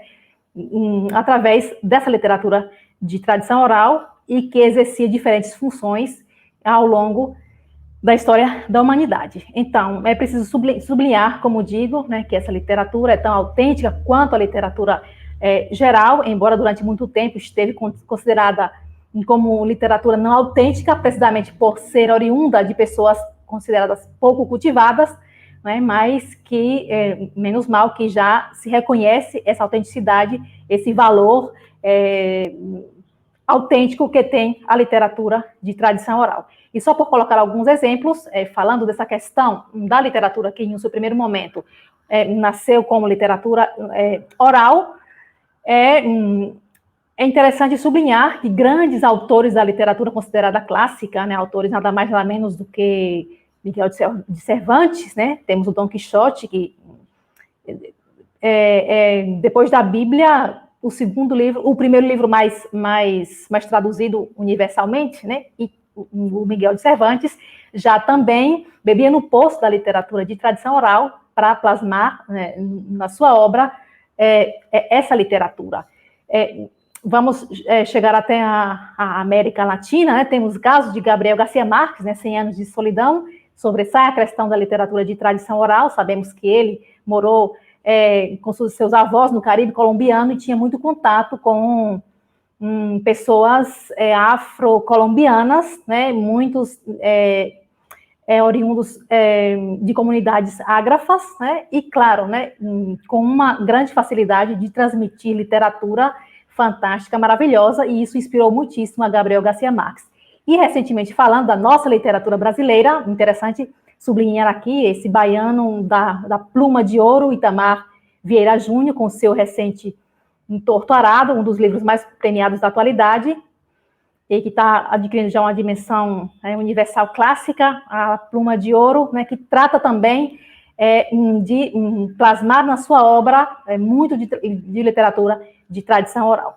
E, finalmente, já apresentar algumas pautas para que trabalhemos as lendas na sala de aula de espanhol, pensando na formação de um estudante, como eu digo, uma formação integral do nosso alunado. Pode passar, por favor. Se eu estiver falando muito rápido, vocês podem sublinhar, porque eu tendo a falar muito rápido, né? Como português eu penso muito, aí eu tendo a falar muito rápido. Mas, enfim. Então, a propósito de literatura, por falar em literatura, é preciso entendermos a literatura oral falando de literatura. O que será que vem a ser literatura, né? É importante ressaltar que, como eu digo, utilizando palavras do Rio do Cosson, que sublinha que a literatura faz parte da nossa experiência humana desde tempos imemoriais. E como não vamos dar protagonismo à literatura, uma vez que na literatura cabemos todos, todas as épocas, todos os tempos, todas as ideologias, todas as geografias, né? Realidade palpável, visível e imaginária, né? Passado, presente, futuro. Então, essa literatura, seja ela escrita, ou seja ela oral, sim, que não deve estar separada da nossa prática docente. Ainda mais porque estudos têm demonstrado que nós no Brasil lemos cada vez menos, né? E talvez também isso está motivado pela ausência da literatura nas nossas salas, né? O Rio do Cosson é muito crítico em relação a isso, no seu livro Letramento Literário, ele critica muito essa questão da marginalização da literatura, muitas vezes em níveis fundamental e médio, muitas vezes nos dedicamos a periodizar, fazer a periodização da literatura, mas não nos dedicamos a ler literatura, sobretudo no âmbito da escola pública brasileira. Há esse problema, isso se reflete na universidade, quando acolhemos alunos que estão em 5º semestre, ou 6º semestre, eu falo no caso do espanhol, que é a minha experiência, e alunos dizem, professora, eu nunca li um livro todo, isso é doloroso, né? Então, acho que talvez a gente precisa também incentivar a questão da literatura já em séries iniciais, né, para chegarmos à universidade sem esse déficit, sem esse problema. Então, a literatura de tradição oral é uma literatura que nos permite desenvolver, sim, o interesse pela leitura dos nossos alunos, né, tanto em língua materna quanto em língua estrangeira, principalmente porque a literatura de tradição oral, na atualidade, pode ser já, como eu digo, plasmada de maneira escrita. A tecnologia também, hoje em dia, tem nos facilitado muito, né? Podemos ver já pequenos vídeos, pequenas animações, etc.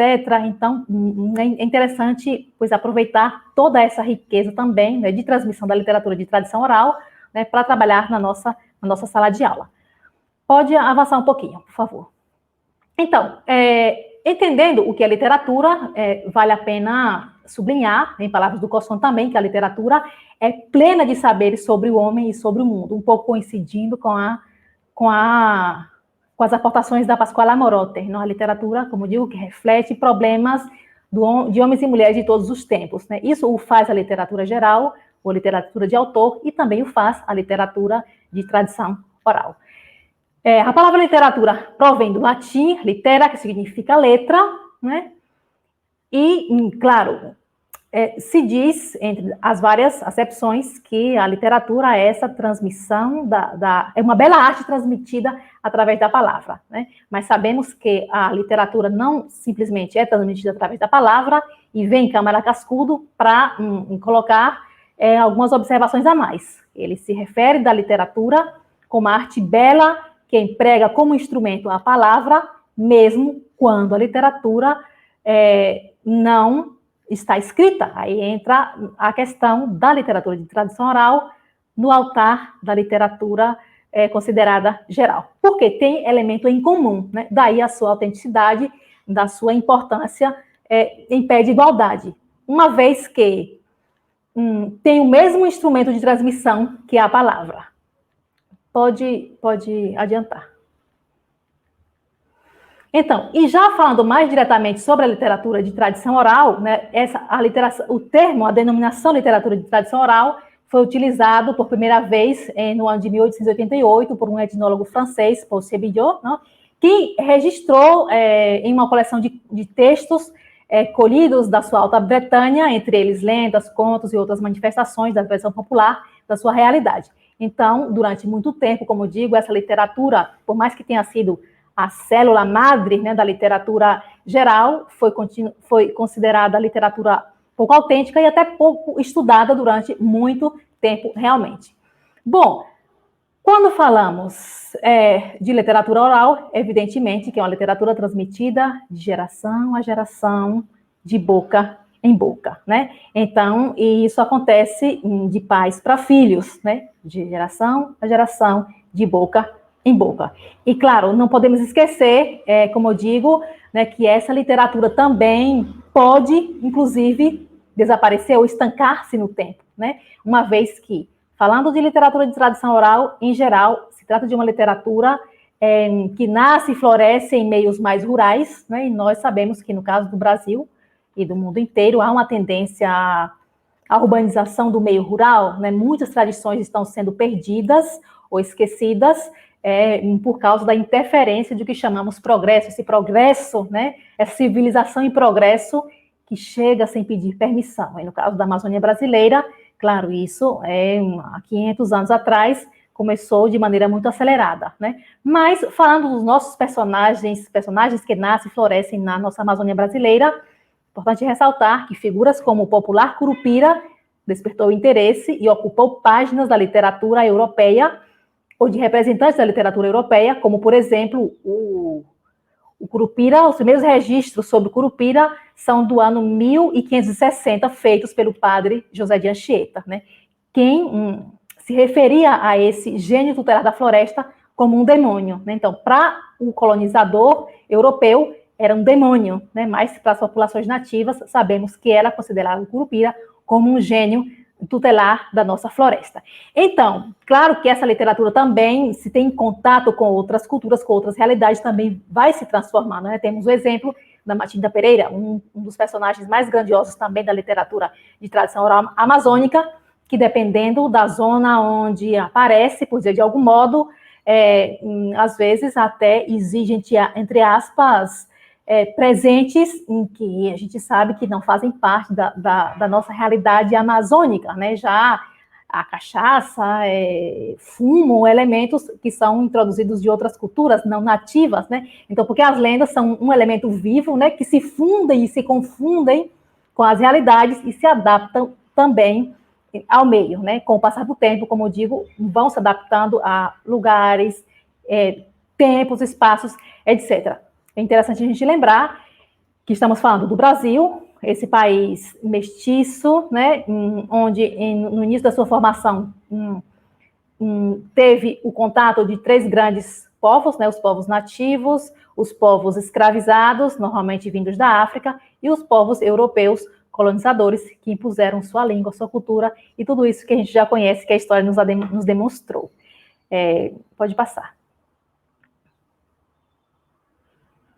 Então, insistindo na questão da importância da literatura de tradição oral, uma vez mais, vamos sublinhar que essa questão da literatura de tradição oral reflete a total experiência humana, né? E, claro, nos mostra a realidade de diferentes maneiras. Tem um autor que diz que a literatura de tradição oral nos mostra a realidade colorida, iluminada, mas às vezes também obscurecida, né? Pela razão e pelas crenças, pelos sentimentos, emoções e intuições dos povos em que a transmitem, que a vivem, que a experimentam. Daí, claro, a captação dessa realidade vai além dos limites do que comumente se costuma considerar como normal. Há autores que dizem que as lendas têm mais de maravilhoso que de real. Claro que se chegamos à Amazônia, ao coração da Amazônia, muitas pessoas que vivenciam a experiência das lendas dos seres sobrenaturais vão afirmar que são seres que existem realmente, que agem e que são importantes, né? Porque a experiência que tem é diferente da experiência de uma pessoa como eu, por exemplo, que simplesmente sou interessada pelo tema, mas não vivi na minha pele, né? Essa experiência desse contato, né? Eu não ouvi o fit da Matinta Pereira, eu não me perdi na selva porque pesquei demais ou porque cacei demais e o Curupira me encantou. Então, claro que desde um olhar externo é possível dizer, sim, tem mais maravilhoso do que real. Mas, claro, como eu digo, um amazônico de pura cepa, que vive no seu dia a dia ainda, a influência desses seres sobrenaturais vão ter realmente uma outra visão de mundo em relação a eles, né? Então, essa literatura, claro, né, se manifesta de diferentes formas, né? Podemos classificar em literatura, em narrativas ou poesia também, há vários gêneros textuais, mas, como eu digo, o foco da nossa investigação são as narrativas, especificamente as lendas. Pode passar, por favor. Então, ainda algumas breves pinceladas sobre as lendas, né? A origem, a etimologia da palavra é do latim, né? Essa relação de sucessos que tem mais de maravilhoso que de real, e sublinha, como eu digo, o colonizador ainda, a Real Academia da Língua Espanhola, né? Então, considera essa literatura uma literatura cuja narrativa é cheia de elementos maravilhosos, né? E pouca coisa histórica, né? Mas, como eu digo, a lenda, de acordo com o olhar que se observe, né? Pode ter, como eu digo, mais de real ou mais de histórico ou verdadeiro e vice-versa, né? As lendas, como comentava anteriormente, perpassam as fronteiras do lugar onde elas nascem, onde elas se multiplicam, né? Perpassam o tempo, perpassam espaços geográficos, espaços temporais, claro, da mesma forma que os contos, né? Temos aí a questão da universalidade das lendas, da literatura de tradição oral como um todo, e por colocar algum exemplo mais, temos os contos de Grimm, né? Os contos de Grimm, a literatura crítica tem demonstrado que os contos de Grimm também bebem no poço da literatura de tradição oral, e que superaram e que transcendem as fronteiras internacionais, né? Pela sua função, pelas suas características. É interessante lembrar que muitas vezes as lendas compartilham com elementos do mito, dos contos, das fábulas. Isso nos vai lembrar a Pasquale Amorote, né? Câmara Cascudo já disse que a lenda primeiro parte de um mito, depois se transforma em conto, né? Porque, claro, se a gente observa a lenda, segue realmente muitas características dos contos, compartilham muitas características do conto, né? Tem um lugar, tem um espaço, né? Tem um narrador, e tem um desenlace, um desfecho, tem um fim. Então, está muito interligado, realmente. Pode passar, por favor. Então, comentava isso sobre o que Câmara Cascudo nos diz, né, sobre o mito, e também entendendo um pouco sobre o que é o mito, né, vem do grego, né, uma narração maravilhosa, fora do tempo histórico e protagonizada por personagens de caráter divino ou heróico. As lendas já não têm esse personagem de caráter heróico, o caráter é sobrenatural, é mais dinâmico, né? Não tem herói na lenda, mas, como eu digo, também tem aí de trás um ser que não deixa de ser mítico, né? Esse ser, um modelo de ser, essa figura que não é heróico, mas é uma figura como concreta, realmente concreta, mas que pode ter várias formas, várias características, como é o caso do Curupira. Temos o Curupira ou a Curupira, dependendo da experiência da comunidade, né? Por exemplo, estamos trabalhando com um município, uma vilinha aqui do interior do Pará, que se chama Apuí, e em Apuí se referem ao Curupira como a Curupira, como um ser feminino, né? Já em Cametá, já também no Nordeste paraense, mas a alguns quilômetros de distância, não muitos, se referem mais ao Curupira. Então, são seres, não sei como é que diz em português, variopintos, que tem várias facetas, né? Acontece a mesma coisa com a Matinta Pereira, não são seres plurais, como chama Camargo Cascudo. A Matinta se reproduz através de seres como animais ou pássaros. Se eu estou equivocado, os amazônicos podem me corrigir. Então, é um mundo maravilhoso esse das lendas, realmente, que tem um grande potencial, e eu convido realmente a que outros se animem a pesquisar mais sobre essa literatura tão rica, tão valiosa, e que abunda aqui nas entranhas da selva. A floresta amazônica é um manancial de lendas, de literatura, de tradição oral. Acho que é importante a gente reconhecer essa importância, esse valor, e também produzir conhecimento inspirados nessa literatura. Né? Temos um movimento Fica Espanhol, mas como vamos defender o espanhol, esse movimento Fica Espanhol? O que é que nós estamos fazendo, né, desde nosso lugar de conforto, né, como docentes, como estudiosos do espanhol na Amazônia brasileira? Né? Aqui eu já falo da Amazônia brasileira, claro, transcendendo as fronteiras do meu ambiente de trabalho. Né? O que é que nós estamos fazendo? Estamos produzindo conhecimentos em espanhol? Estamos valorizando a nossa cultura, as nossas lendas, nossas tradições em língua espanhola? O que estamos fazendo para dar a conhecer essa literatura internacionalmente? É possível, né?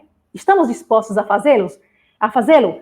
Os contos de Grimm, os Três Porquinhos, por exemplo, né? Tantos outros contos que a gente conhece, ultrapassar as fronteiras, né? E nós não podemos fazer isso com o nosso adorável Curupira, né? Então, acho que também fica o convite à reflexão, né? Se podemos fazer algo em espanhol com dimensão universal, talvez o movimento Fica Espanhol vai ganhar muito mais vigor, né? Como eu digo, são sacudidas de consciência, convites, né, para nós que estamos com a bandeira do Fica Espanhol, né? Padecendo as dificuldades, a precariedade do ensino do espanhol que está acontecendo. Por isso que eu digo, eu acho que uma das formas que a gente pode superar esse problema também, como eu digo, é produzindo conhecimento, seja participando de debates, seja escrevendo artigos, preferentemente em espanhol, para dar mais visibilidade, né, publicando também literatura de ficção inspirada nessa literatura que nós temos tão rica e tão vasta, para poder ganhar mais força, realmente, o nosso movimento na Amazônia brasileira, uma vez que o espanhol está agonizando, como está agonizando em outras regiões do país também. Pode avançar. Então, eu digo que as lendas na sala de espanhol como língua estrangeira tem que ter devem ter uma presença, perdão, que a minha tradução do português está falhando. As lendas na sala do espanhol, né, quando eu falo das lendas na sala de aula do espanhol, uma presença necessária e obrigatória. Necessária pelas questões que já comentamos anteriormente, obrigatória por quê? Porque as lendas da Amazônia brasileira não estão ocupando realmente o lugar que elas merecem ocupar. Temos muitíssimo pouca coisa, né? Por exemplo, temos, que eu conheço, se alguém conhece mais alguma coisa, acho que seria interessante compartilhar, a questão dos textos das lendas em espanhol, lendas da Amazônia brasileira, insisto. Tem um livro bem interessante, publicado por umas professoras espanholas que estiveram no Brasil, acho que como leitoras pelo governo espanhol, que é uma edição bilíngue, publicada em 2011 pela Consejería de Educación, que se chama Lendas da Amazônia Brasileira. E aqui as autoras recolhem 18 lendas e, como eu digo, configuram-se como materiais de trabalho ainda muito pouquinhos, né? Então, acho que há realmente uma necessidade de a gente ampliar os horizontes na questão da elaboração de materiais sobre as lendas em espanhol para trabalharmos na nossa sala de aula e nos mais diferentes níveis. Tudo isso também é apoiado nos documentos oficiais que regem a educação nacional, né? Temos os PPCs das licenciaturas, que nos dão liberdade para a gente trabalhar desde essa perspectiva, né? Também temos os parâmetros curriculares nacionais. A BNCC já marginalizou completamente o espanhol, né? Dá prioridade simplesmente ao inglês. Então, os parâmetros curriculares nos chamam a atenção para a questão da aprendizagem das línguas estrangeiras, né? Que deve ser feita de maneira articulada, claro, articulada com outras áreas do saber. Então, já digo, estamos em outra etapa do ensino das línguas estrangeiras, por exemplo, se lembramos, os métodos tradicionais descartavam qualquer possibilidade de trabalho com a interdisciplinaridade, então falar de lenda na sala de aula era realmente uma loucura, não havia esse espaço, né, porque a questão da aprendizagem das línguas estrangeiras estava focada inicialmente na gramática e na tradução, como já sabemos, então não havia uma preocupação da formação integral para o aprendiz de língua estrangeira, mas superando essa etapa, os pós-modernistas já chegaram aí, né, com outra visão de língua e linguagem, né, todos os professores de espanhol, imagino que bebemos na fonte de autores como Foucault, de Bakhtin, entre outros, né, que tem em conta o ser humano em toda a sua complexidade, né, quando vão se referir à questão da aprendizagem das línguas estrangeiras. Então, como eu digo, esses pós-modernistas, né, já nos dão mais uma luz, né, e nos mostram um caminho pelo qual podemos realmente nos mover no ensino das línguas, em colaboração, em parceria com outras áreas do saber. Aí entram a sociologia, a filosofia, como eu digo, não é possível ser um aprendiz com uma formação integral se não dialogamos com outras áreas do saber, né? Trabalhando com as lendas, é possível fazer isso, né? Trabalhando com as lendas, vou estar em contato com a geografia, vou estar em contato com a botânica, por que não? Vou estar em contato com a antropologia, né? Ou seja, com outras áreas também que nos vão ser luz no nosso caminho, na nossa formação, como futuros professores de espanhol, né? Ou seja, trabalhando de maneira integrada, de maneira interdisciplinar. Adianta um pouquinho, por favor, vamos avançando, que vejo que o tempo aqui já está se esgotando, né? E como eu digo, para ir finalizando já, eu sublinhei aqui algumas questões que eu acredito que podem dar certo, né? A minha experiência com as lendas, como eu digo, é bastante recente, né? Porque eu somente há pouco tempo eu percebi que eu precisaria dar mais protagonismo às lendas na minha prática docente, né? E eu digo isso movida pela inquietação de ver alguns PPCs das universidades, das licenciaturas, principalmente aqui na Amazônia. Me chamou muita atenção o fato de a literatura de tradição oral não ocupar um espaço na nossa grade curricular. Eu não sei se no Amazonas acontece a mesma coisa, mas aqui no Pará, o nosso PPC, os nossos PPCs nas licenciaturas em espanhol, eu já vi de outros campos, e não há um espaço, não há uma referência sequer às literaturas de tradição oral, né? E aí essa inquietação me animou realmente a levantar a minha voz, né, e participar de mais eventos, talvez, né, para refletir junto com outros colegas, né, sobre essa realidade e aportar, talvez, o meu grãozinho de areia, né, para a incorporação dessa literatura de tradição oral. Muitas vezes é difícil modificar um PPC, mas por que não propormos como atividades extracurriculares, de repente, né, não sei, uma oficina de leitura, de produção de texto, né, um meio pelo qual a gente pode, como eu digo, desenvolver uma série de atividades que possam dar protagonismo à literatura de tradição oral. Tudo isso, insisto, buscando a formação integral dos nossos estudantes, partindo dos saberes locais para alcançarmos dimensões universais. Não é que vamos estar trabalhando com as lendas do 1º ao 8º semestre, não é isso, mas pelo menos em um semestre ou 2 trabalharmos com essas lendas, uma vez que muitos vão dar aulas de espanhol, ou de português, ou de outras línguas, ou de inglês, por exemplo, né, em lugares mais rurais ainda, em comunidades ribeirinhas, que têm um contato direto com essa literatura, onde essa literatura se confunde com a realidade. Mas alguém pode perguntar, professora, mas não temos materiais. Aí está, o gostinho da coisa, a cereja do bolo, né, Shirley? Aí sim, vamos perseguir essa cereja do bolo. Ou seja, é um terreno sumamente fértil para quem gosta de trabalhar, para quem está animado a trabalhar, a produzir material, né? E digo isso porque nos queixamos muitas vezes dos materiais pouco autênticos, né? Recebemos materiais da Espanha completamente distantes da realidade dos nossos alunos, né? Falar do Real Madrid ou do Barcelona, sim, que se fale do Real Madrid e do Barcelona, mas também dando prioridade à nossa literatura, né? Então, produzir material, eu acho que é uma necessidade que há, né? É uma área muito rica, os professores de espanhol que queremos crescer, né, produzindo material, fomentando debate, escrevendo artigo, fazendo uma série de questões, eu acho que realmente não há melhor lugar no mundo para trabalhar com o espanhol desde essa perspectiva, né, da criação, do debate, porque temos essa literatura que é tão rica, temos uma grande necessidade.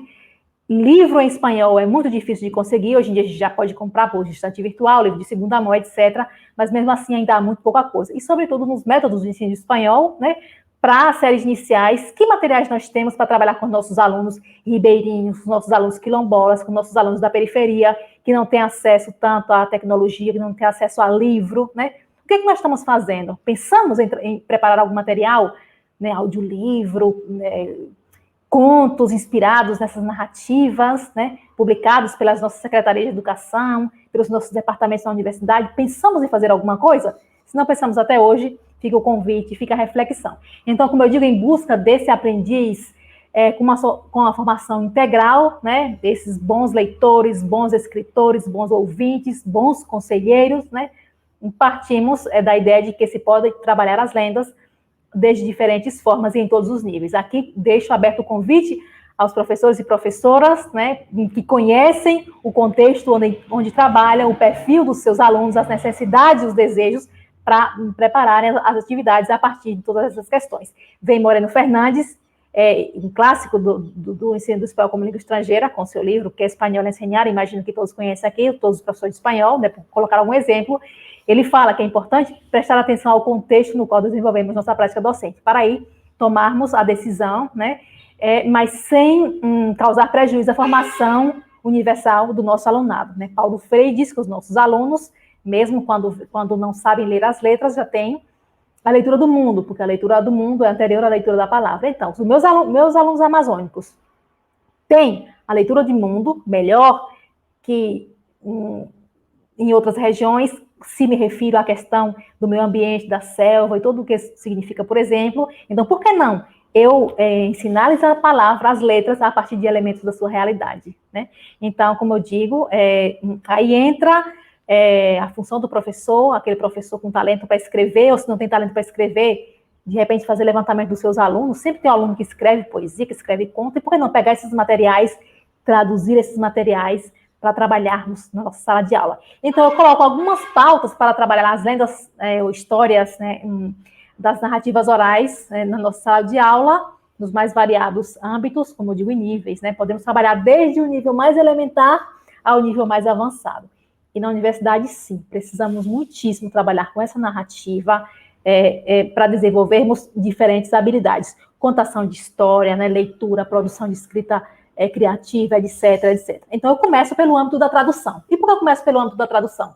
Porque realmente não há muita coisa em espanhol. Então, teremos que ter o trabalho, entre aspas, né, de traduzirmos o que já se publicou em espanhol, ou, por que não, também fazermos trabalho de campo com os nossos próprios alunos e traduzir para o espanhol as narrativas que trazem os nossos alunos, né? Então, é uma possibilidade também, como eu trabalho desde essa perspectiva, mas também trabalhar, por que não, com outros contextos também já publicados. Eu digo porque temos exemplo esse de Vera Duval, um livrinho pequeno, que se chama O Imaginário da Floresta, que trata de explicar a cosmovisão de diferentes povos, né? Por exemplo, traz lendas de diferentes comunidades, diferentes povos que habitam a Amazônia, ou que habitaram, né, e que tentam explicar a origem do universo das coisas, né, o de onde viemos, o para onde viemos. É um livro fantástico também, como eu digo, explica a origem da Lua, das estrelas, enfim, uma série de questões. Esse outro livro, como eu falei, Quem Tem Medo de Curupira, é um livro fantástico para se trabalhar, que é protagonizado por personagens muito conhecidos, né, o Saci, a Mãe d'Água, Boitatá, etc. É um livro bem gostoso, pode ser traduzido pelo professor ou pelos próprios alunos, enfim, se pode fazer muita coisa. Então, no âmbito da tradução, como eu digo, temos essas possibilidades, selecionar lendas dos nossos alunos, ou lendas já publicadas em português, preparar, separar por temas, e claro, aí vamos entrar com o uso do dicionário, ensinar os nossos alunos a consultar dicionários. Se tem acesso à internet, não só ir pelo Google Translator, não, mas manejar também livro, que é importante, trabalhar de maneira individual, trabalhar em grupo, aproximar também esses alunos aos seus familiares, né? Quando passa alguma atividade com as lendas, muitos chegam maravilhados e dizem, passei uma tarde conversando com meu avô, ou com meu tio, com minha tia. Isso também é muito interessante. Então, eu digo, são apenas algumas ideias para que o professor se sinta como autoridade realmente, né? E veja de que maneira vai trabalhar a lenda de maneira satisfatória, né? Avançando um pouquinho mais, avançando, eu falei da tradução. Agora, para finalizar, eu tenho a narração e a recriação, ou seja, a narração, preparar também o bom orador, o bom narrador, o bom leitor, né, ler em voz alta, ler em silêncio, né? O aluno também, investigador, conversar com o avô, com a avó, narrar essa história, depois contar, estou trabalhando com a habilidade da escrita, com a habilidade da oralidade, da fala, né? Enfim, há uma série de questões que a gente pode trabalhar a partir desses textos. E, terminando, a recriação, também interessante, né? A recriação, a reelaboração, né? Literária dos textos que a gente ouve. Muita gente ouve um relato e tem a inspiração do relato, e, claro, né, reelaborar, dando características mais de um conto, por exemplo, né? Mostrar para os nossos alunos, vamos pegar a essência desse relato, vamos transformar em um conto. Aí dá os passos para que ele escreva um conto, uma fábula, etc, etc, como eu digo. É um universo riquíssimo e precisa ser explorado realmente no âmbito do ensino do espanhol como língua estrangeira, ou do âmbito do inglês, ou do francês, seja qual for o âmbito que trabalhamos. Bom, e para finalizar, que vejo que o tempo já realmente esgotou por aqui, eu quero concluir, pode passar, né? Dizendo o seguinte, que é importante e necessário, sim, sublinhar que se trabalhamos a lenda, né, a literatura de tradição oral, lenda, conto, fábula, de maneira satisfatória, através de atividades bem elaboradas, bem planejadas, bem definidas, vamos, sim, conseguir que o nosso alunado tenha uma formação integral. Não podemos esquecer, insisto, que aprender uma língua estrangeira vai além da gramática e dos livros de texto. Claro, entrando em colaboração, professor-aluno, né? Aluno trabalhando de maneira autônoma, professor trabalhando de maneira artística, por dizer de alguma maneira, né? Motivado, envolvido no processo de aprendizagem, para que a aprendizagem seja significativa, seja satisfatória, realmente. E para terminar, agora sim, pode passar, por favor. Eu utilizo ainda uma palavra, né? Uma inquietação, compartilho com a preocupação do caipora, mencionado também no livro Quem Tem Medo de Curupira, do Zé Cabaleiro, né? Temos que sobreviver, temos que continuar povoando os sonhos das pessoas. E com isso, eu me despeço, muitas graças, muitíssimo obrigada, e fico aberto a perguntas, a observações, enfim. Aí está o meu e-mail, precisando de alguma coisa, estou eu aqui para aprender com vocês. Como eu digo, foram ideias que eu fui tendo a partir da necessidade, mas acho que vocês podem, né, me mostrar, ser o timão, a bússola, né, para que eu me guie melhor por esse caminho. Muitíssimo obrigada, e já digo, só muito obrigada por essa grande contribuição. Nossa, foi mais do que a gente esperava. Ai, que bom, feliz. Foram 2 pontos muito importantes que veio só endossar, que também já tinha sido trabalhado, sobre a nossa identidade cultural, sobre promover isso aí, resgatar, que está se perdendo ao longo do tempo. Eu achei muito interessante, e também essa reflexão de a gente ter no livro didático, seja no ensino de português ou de língua estrangeira, essa forma engessada, essa forma que não se representa em ambientes como os ribeirinhos, né, como pessoas que não têm esses referenciais. Isso é muito importante, é muito válido essas discussões para se pensar em novas metodologias, e o lúdico é isso, ele transforma, ele abre acessos, novos acessos, para que o aluno se torne um ensino-aprendizagem fluido, né? Automático. Isso é muito, muito bom. A nossa questão é o seguinte, professora, com relação, você que morou tanto tempo fora, lá na Espanha, há esse embasamento cultural no ensino, ou eles também, aos poucos, também relegam isso? Também. Vale lembrar que a literatura de tradição oral, durante muito tempo, foi considerada literatura não autêntica, né? Então, como que é uma literatura não autêntica, né? Uma vez que dá elementos para a literatura chamada geral ou de autor. Que injustiça com a literatura de tradição oral, né? Como eu digo, eu percebi isso e me inquietou muito. A minha tese de doutorado, eu trabalhei com autor, os de espanhol. Eu não sei se você é de espanhol, Shirley, desculpa a minha ignorância. Não, português, professora. Português. Linguística. Então, o Miguel Delibes, que é, depois de Cervantes, um dos mais universais escritores espanhóis, Miguel Delibes, ele foi considerado o primeiro ecologista espanhol pela preocupação com o meio rural, né? Então, ele se preocupou em incorporar à sua literatura as tradições, os costumes, a defesa do meio rural. Ele pergunta, que mundo vão herdar os nossos filhos? Então, ele se preocupa em sublinhar essa superioridade, entre aspas, do homem do campo, né? A sua relação com a natureza, o seu contato, a sua sabedoria, né? O homem rural de Castela tem as mesmas preocupações do homem rural da Amazônia brasileira, dos ribeirinhos. Se vai chover, se falta sol, se perdeu a colheita, se deu praga. Então, a questão do mundo rural é uma questão universal também. Então, por que não vamos louvar esse mundo rural? E no caso do mundo rural amazônico, ainda tem esse toque mais especial, que são as narrativas orais, as lendas. Eu desconheço outra realidade, como eu digo de outro lugar do país, eu sou do sertão da Bahia, também temos narrativas orais, temos aí o folclore nordestino, que dá lugar a uma obra maravilhosa de Graciliano Ramos, que se chama Histórias de Alexandre, né? Para trabalhar com a língua portuguesa também é fantástico. Graciliano Ramos, História de Alexandre, que ele reelabora literariamente narrativas do folclore nordestino.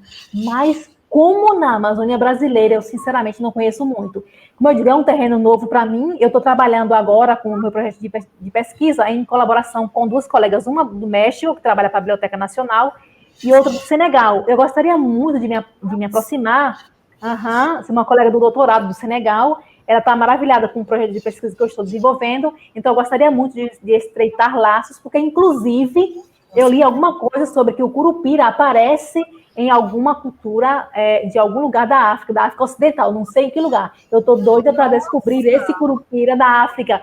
Eu digo, ai, que será? Onde será que eu vou descobrir isso? Então, eu tenho essa sede de conhecer também. Que lindo trabalho! Necessário esse resgate, né? Trazer à tona esses elementos, que engraçado, que por mais que se pense que é criado aqui, mas ele coexiste em outros lugares, né? É universalizado. Fenômeno universalizado. Sim. A literatura de tradição oral, sobrinha Pascoala Morotti, é universal, né? Todos os povos, todas as culturas têm a sua forma simbólica de falar dos acontecimentos, das suas preocupações, e de como é que vamos deixar marginalizada essa literatura. Eu digo, não quero sair da minha tese. A minha tese me deu elementos, o mundo rural me motiva a trabalhar com esse outro mundo rural, mas já com as lendas. Eu digo, quero aprender mais coisas diferentes daquilo que eu estudei 4 anos na minha tese. Então, estou realmente apaixonada pela literatura tradicional da Amazônia. Vamos publicar agora o resultado do projeto de pesquisa, que é uma espécie de manual de apoio para fomento à leitura. Vai ter versão bilíngue em português também. De pensar não só no espanhol, mas também para o português.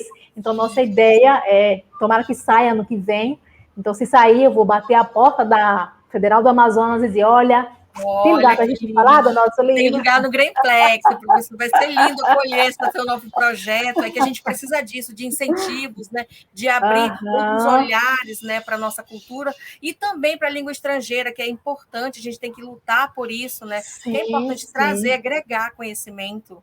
Sim. Foi lindo, muito obrigada. E produzir conhecimento em espanhol, colegas de espanhol, se animem a escrever artigos, a participar dos debates, falar do espanhol, né? Porque é tão rico. E se escrevemos em espanhol, vamos ter mais visibilidade, porque, como eu digo, estamos rodeados de países hermanos. Participar de seminários agora com tudo remoto, interessante a gente participar de seminários, de debates, etc, né? Etc. Sim.